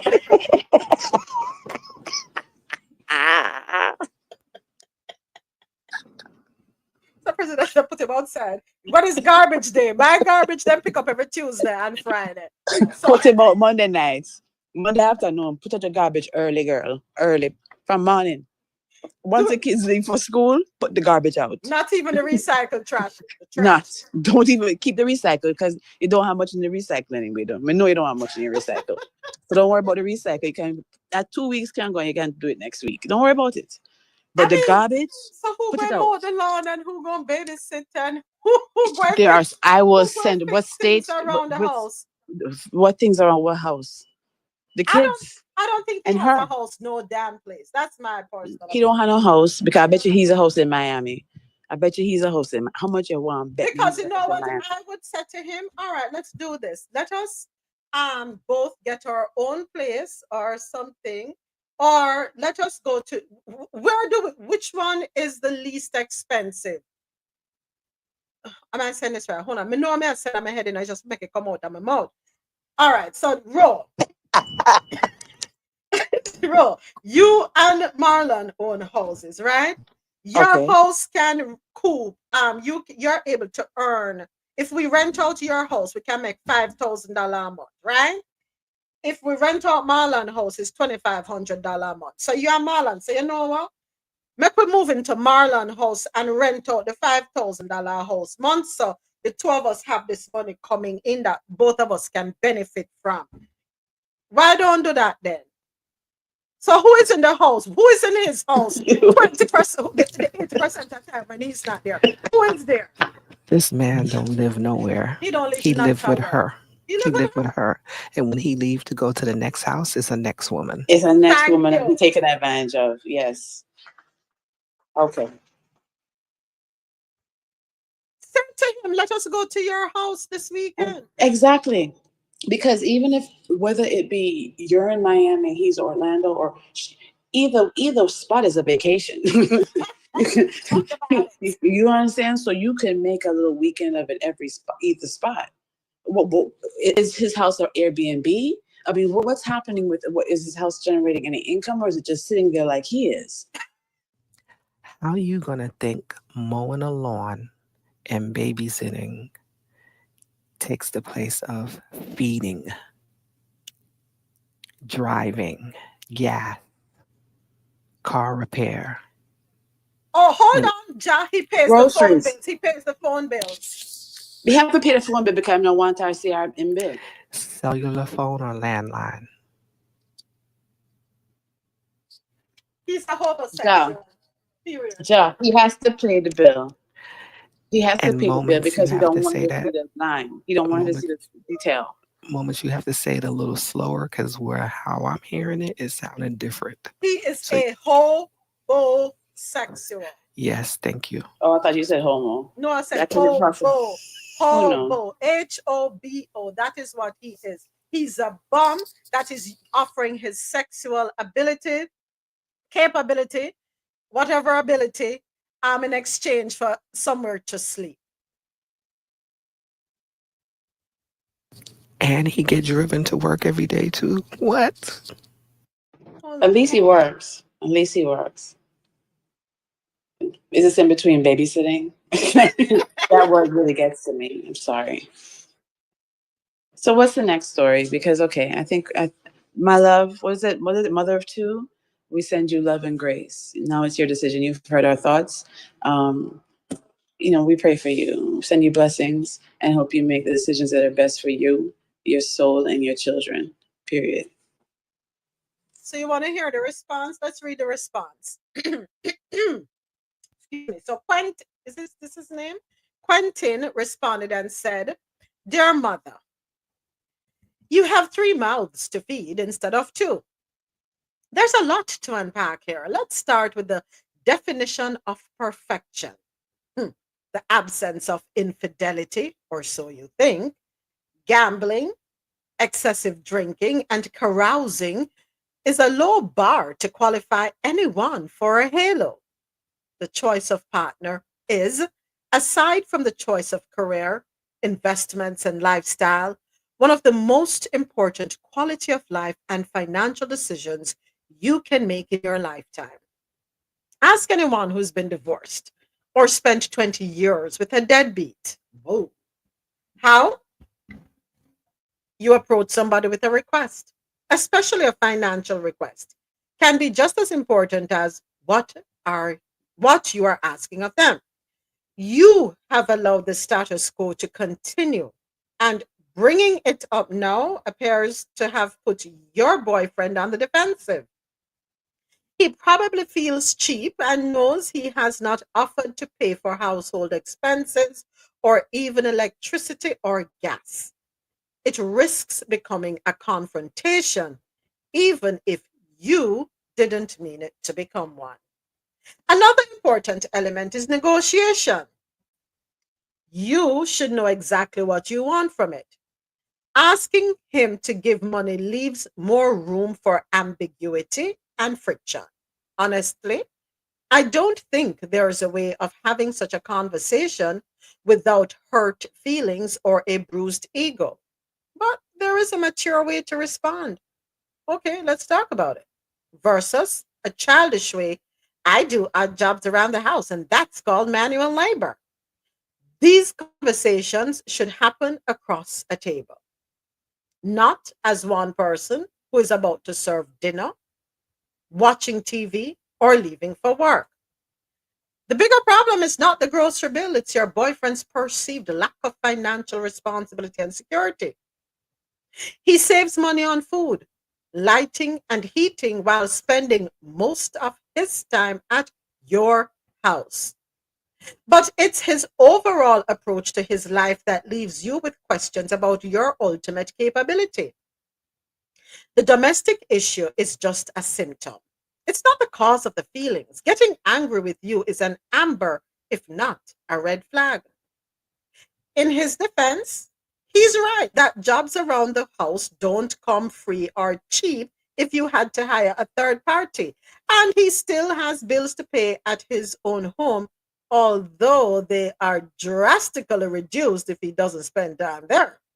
He did not offer to pay. It's true. But nor did you raise this delicate subject of expenses in the first 8, 1, 2, 3, 4, 5, 6, 7, 8 years of your relationship. This arrangement is clearly a lot more convenient for him than it is for you. What do your children think of him? Is he a good role model for them? I know he doesn't drink, smoke, gamble, or party, but that should hardly be a yardstick by which you judge all men. Do they like him? Are they old enough to notice that he doesn't contribute around the house? If so, what's their take? If you want to see the world through the eyes of an oracle, you don't need Warren Buffett. Ask your kids and look at life through the eyes of a child. Some relationships are like being stuck in a dead end job.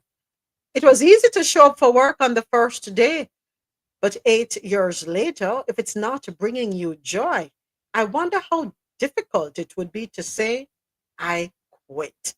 It's often quite hard, given the years invested in the expectation that it will roll along indefinitely. Does he respect you? Do you respect him? Do you truly love each other? Do you miss him when he's not around, or merely miss the routine and companionship?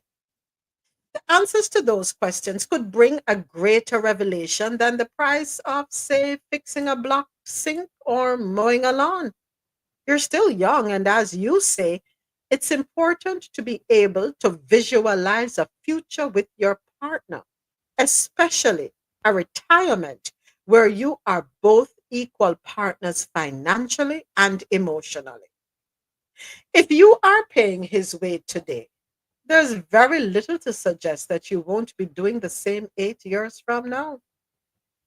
Valentine's Day is a bad day to bring up bad news.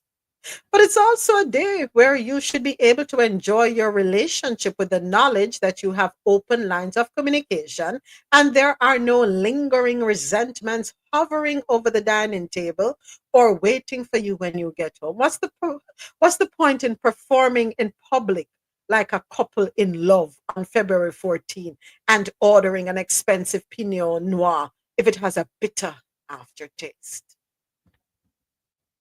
Shanora answer long time, Ro. Long time. I love that. I love that answer. So a couple things. Taking notes again. So let me just add something. Can I? Yeah, keep- the floor Okay. is yours. So they said, does he respect you? Do you respect him? My question is, does she respect herself? Bingo.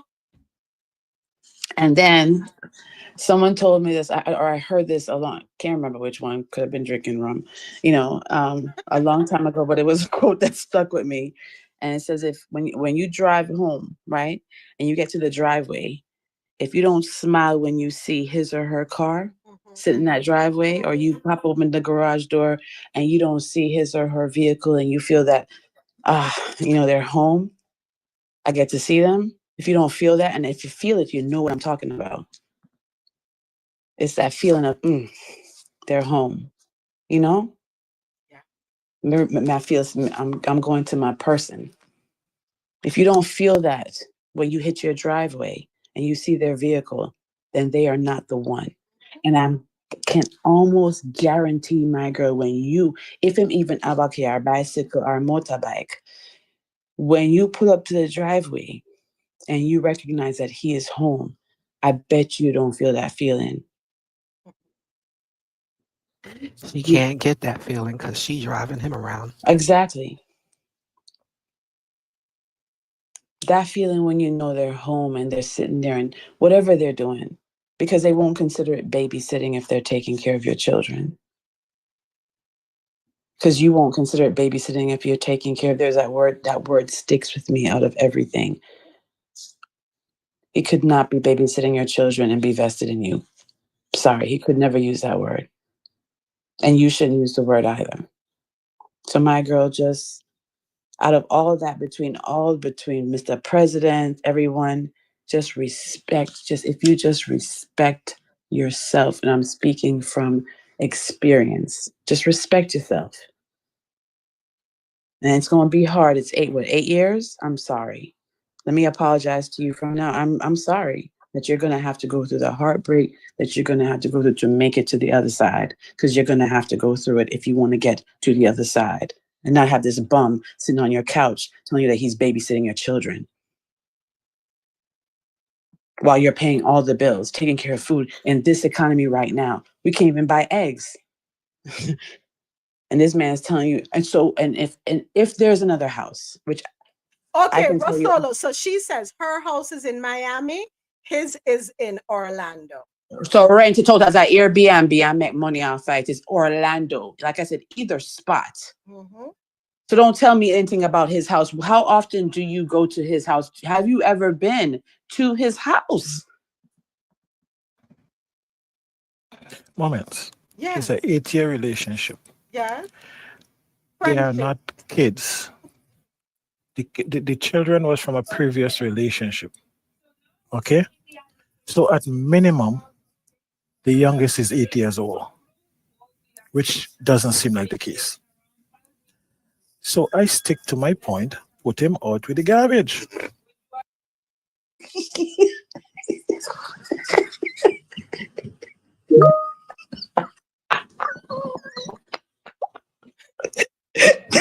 I don't know what to do, Mr. President. No, I love it because I always tell you it's Marlon, Mr. President, all the men that Days After Dark, they used to be in Days After, when they speak, when they say something, especially because we trust them, they're family. When they say something and they're all saying the same thing, that resonates. If you're not listening, then that's on you, my friends. I don't care. You see how many times the president say it? Do you see how many times? That's all he's saying. Mm-hmm. And take it from a person who, let me tell you something, if anybody you'll know, anybody on the CIT family that will give you grace, that is the man who will give you grace. And you're not getting none. Yep. Facts. You're not getting any right now. Yeah. Pack him up and tell him goodbye. You're fine. You already know how to survive by yourself. You just don't even understand. Just deal with the heartbreak. If you don't have friends, call us. Come on, Father. If you don't have friends, call us. Mm-hmm. You already wrote the letter. If you don't have friends, call us. Your friends may not understand. That's fine. Mm-hmm. Mm-hmm. Maybe you need some strangers to take you over the hump. Yeah. But you got to get him out of there, and that's the first step. Yeah. And when you make that step, you can do it. You don't understand how God's grace will guide you. Just tell him bye-bye. Go back to the host. And if you say there's no host in Miami, well, you know what? You're SOL. Right about now. You gotta go. You gotta go. Go it to doesn't your matter mama house. what, it doesn't matter. It doesn't matter where he has to go. It does not matter. That's the whole point. You have to get that mindset. It doesn't matter where he has to go. Just tell him bye. Just get your peace back. Your peace is so important. Get your peace back. Yeah. Yep. And once you get your peace back, you'll be fine. Okay, I'm a No. This one girl. Talk to them because they need to be educated. But let us go back to the first paragraph. We've been together for almost 8 years. We're not married and don't share any bank accounts. Good thing. I don't even know how much he makes. Okay, back up here. When me meet my husband back in the year 2002, October 2002, I met that man on a rainy Saturday night in 2002. A rainy Saturday night. Me and the man not even live together yet. It was 2 years before we started living together. I knew how much that man was making. The man, the same man, when I help me with my bills, when I cook, clean, and follow back at this man, day in, day out. I was not. But please stop calling the man. Please stop calling the man. Gentleman Thank you. Very involved. The man, which is now my husband, was very much involved. Yes. Nana live with me yet. But he made sure I was okay. Say it in English. Can you translate? Oh, please? he was not living with me yet. Yes. But he made sure I was okay. He made sure my stomach Nana was live with me yet. But he made sure my stomach was full. Our He made sure the light was on. He made sure the phone was not gonna be disconnected. Now the man, my husband, today okay, all right. And you know the thing is, here's the thing though, because people will say that women shouldn't be dependent on men. That's not what you're saying. I'm not saying that. And that's why I want to clarify now, because the first thing that goes to ignorant people's heads is that she's saying no, that's not what she's saying. So let me get that clear right now, because we want all facts put to the table. We're brushing aside all BS. Anything that you could think of to make you say, oh, no. So she's not saying he took care of her. Be clear on the words, right? She's not saying he took care of her. She didn't ask him to take. He just did it. Thank you. There's a huge difference. Bro, the Yes, next sir. time a certain person here trying to bad up my good friend, it will be me and them.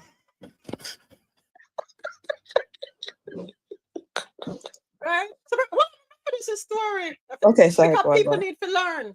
You're right, Ro. I didn't ask. I never asked him. But being the man that he is, being the gentleman that he is, he took it upon his head. When me and him go anywhere, I may drop him home, I might make sure somebody reach home by a certain time. Are you okay? He made sure when we went out, I never paid for anything to eat. My gas always in my car. I never asked this man to do this for me. Right? No, when we started living together 2 years later, in the summer of 2004, June 2004, when we lived together. In the sun, moving the hot sun, yes, one. He took up the responsibility to pay the rent, pay the light bill, pay all the bills. He took up that responsibility. I didn't have to look at him and say, all right, so what are you going to do? We never had a 50-50. No. He, as a man, said it is his responsibility. Him say want take up woman, I feel him responsibility to look after the woman. And at that time, I had 2 children, which are not his. No, you can't tell him son of him them. No, we have 4 children. But at the time, he never bat his eyelid. He saw them as his priority. He never saw them as babysitting. Listen, man. Look at that part. Little girl, you think you're talking to a little girl, you're talking to a grown woman. You're talking to a grown woman. I guarantee you, my love, mother, whatever, be about 40-ish, in your 40s. No, yeah, she's 47. Guaranteed. Okay, there. I didn't hear that part. She's 47 and he's 55. He's 50 what? 55. Moments. What don't you say? You know what? We already said it.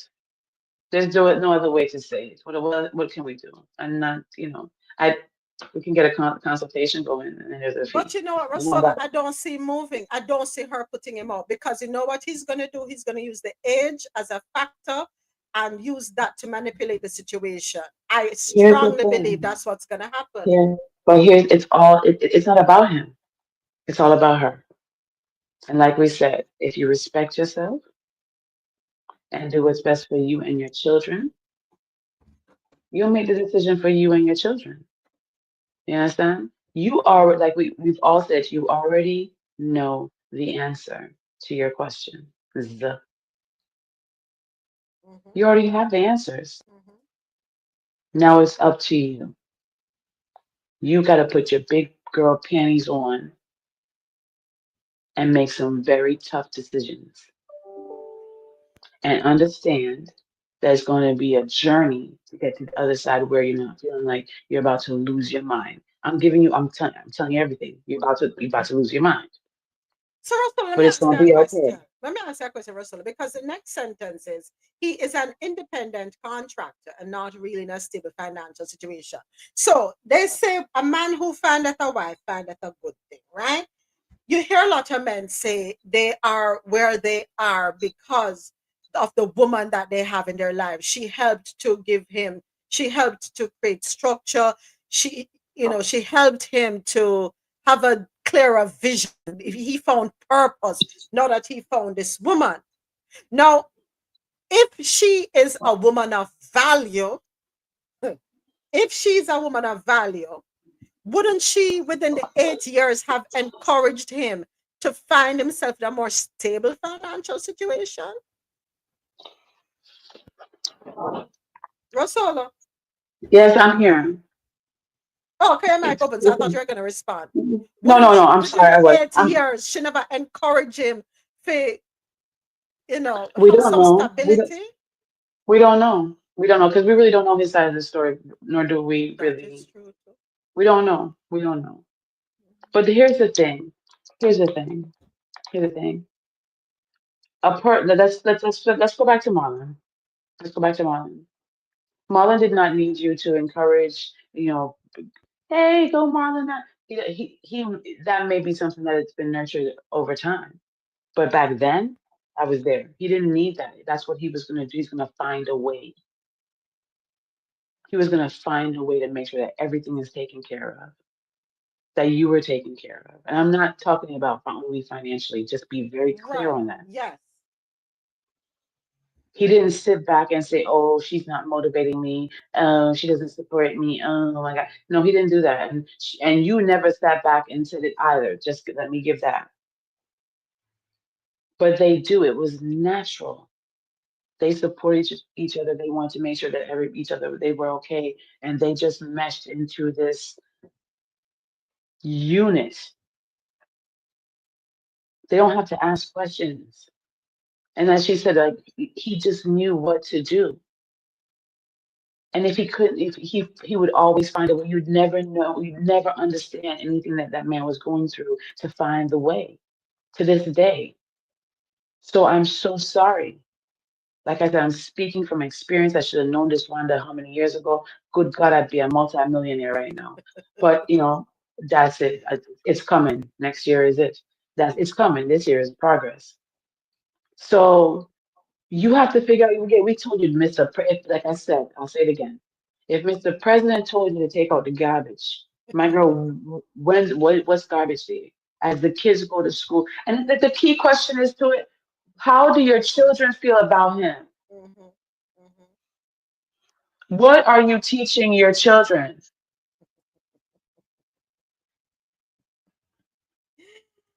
Oh, So that's it. That's it. All right. So we've come to the end of the YouTube live. Little girl, a mother of two. My apologies. Let me not be disrespectful. Mother of two. You know what you need to do. What you're doing is seeking validation. You are trying to come to terms with the decision that you know you have to make because you know it is not worth it for you to stay with someone. You cannot love somebody who is not going to love you in return. You're giving your time, your energy, your effort, your respect to someone who is not reciprocating. You are not confused. You are not confused. You know what to do. Chances are friends and family members have already told you what you need to do because we know for a fact, just based on life experience, that we are not the first of the people this is being directed to. You're writing to Quentin and us having this conversation. We are not the first set of people who are going to give you the answer that you already know you have within you. What you need to do is find your strength, be bold, and do what you must. All right. And with that being said, we are going to end the YouTube live. Want to say thank you to everyone who logged on, everyone who has subscribed so far, and everyone who has engaged with us on YouTube. Have yourselves a wonderful rest of the day. We will be back with another episode of Coffee in Tow live on YouTube tomorrow, starting at 9:30 a.m. And this is where the stream comes to an end. And we want to say thank you to our co-sponsors, LormelSkinFood.com and GrantCoffeeHouse.com. And remember, for 20% off all coffee products, head on over to www.grantcoffeehouse.com. At checkout, enter the code CoffeeInTow20. Have a wonderful rest of the day. Coffee in Tow is an interactive world news podcast, a dynamic and engaging live show that streams across multiple internet radio stations worldwide. This podcast brings you real-time news updates, in-depth analysis and interactive discussions on global events, making you a part of the conversation no matter where you are. With a diverse range of expert guests and listener participation, it's your go-to source for staying informed and connected to the world. Coffee in Tow is brought to you in part by Lormel Skin Food. Log on to lormelskinfood.com. Discover the range of natural skincare solutions. Indulge in the radiance of natural and organic beauty with the best natural and organic soap bars, whipped soaps, body butters, and oils. All 100% natural products. Lormel Skin Food for a natural, beautiful you. The world's best coffee from our farms to your cup. It's Grand Coffee House.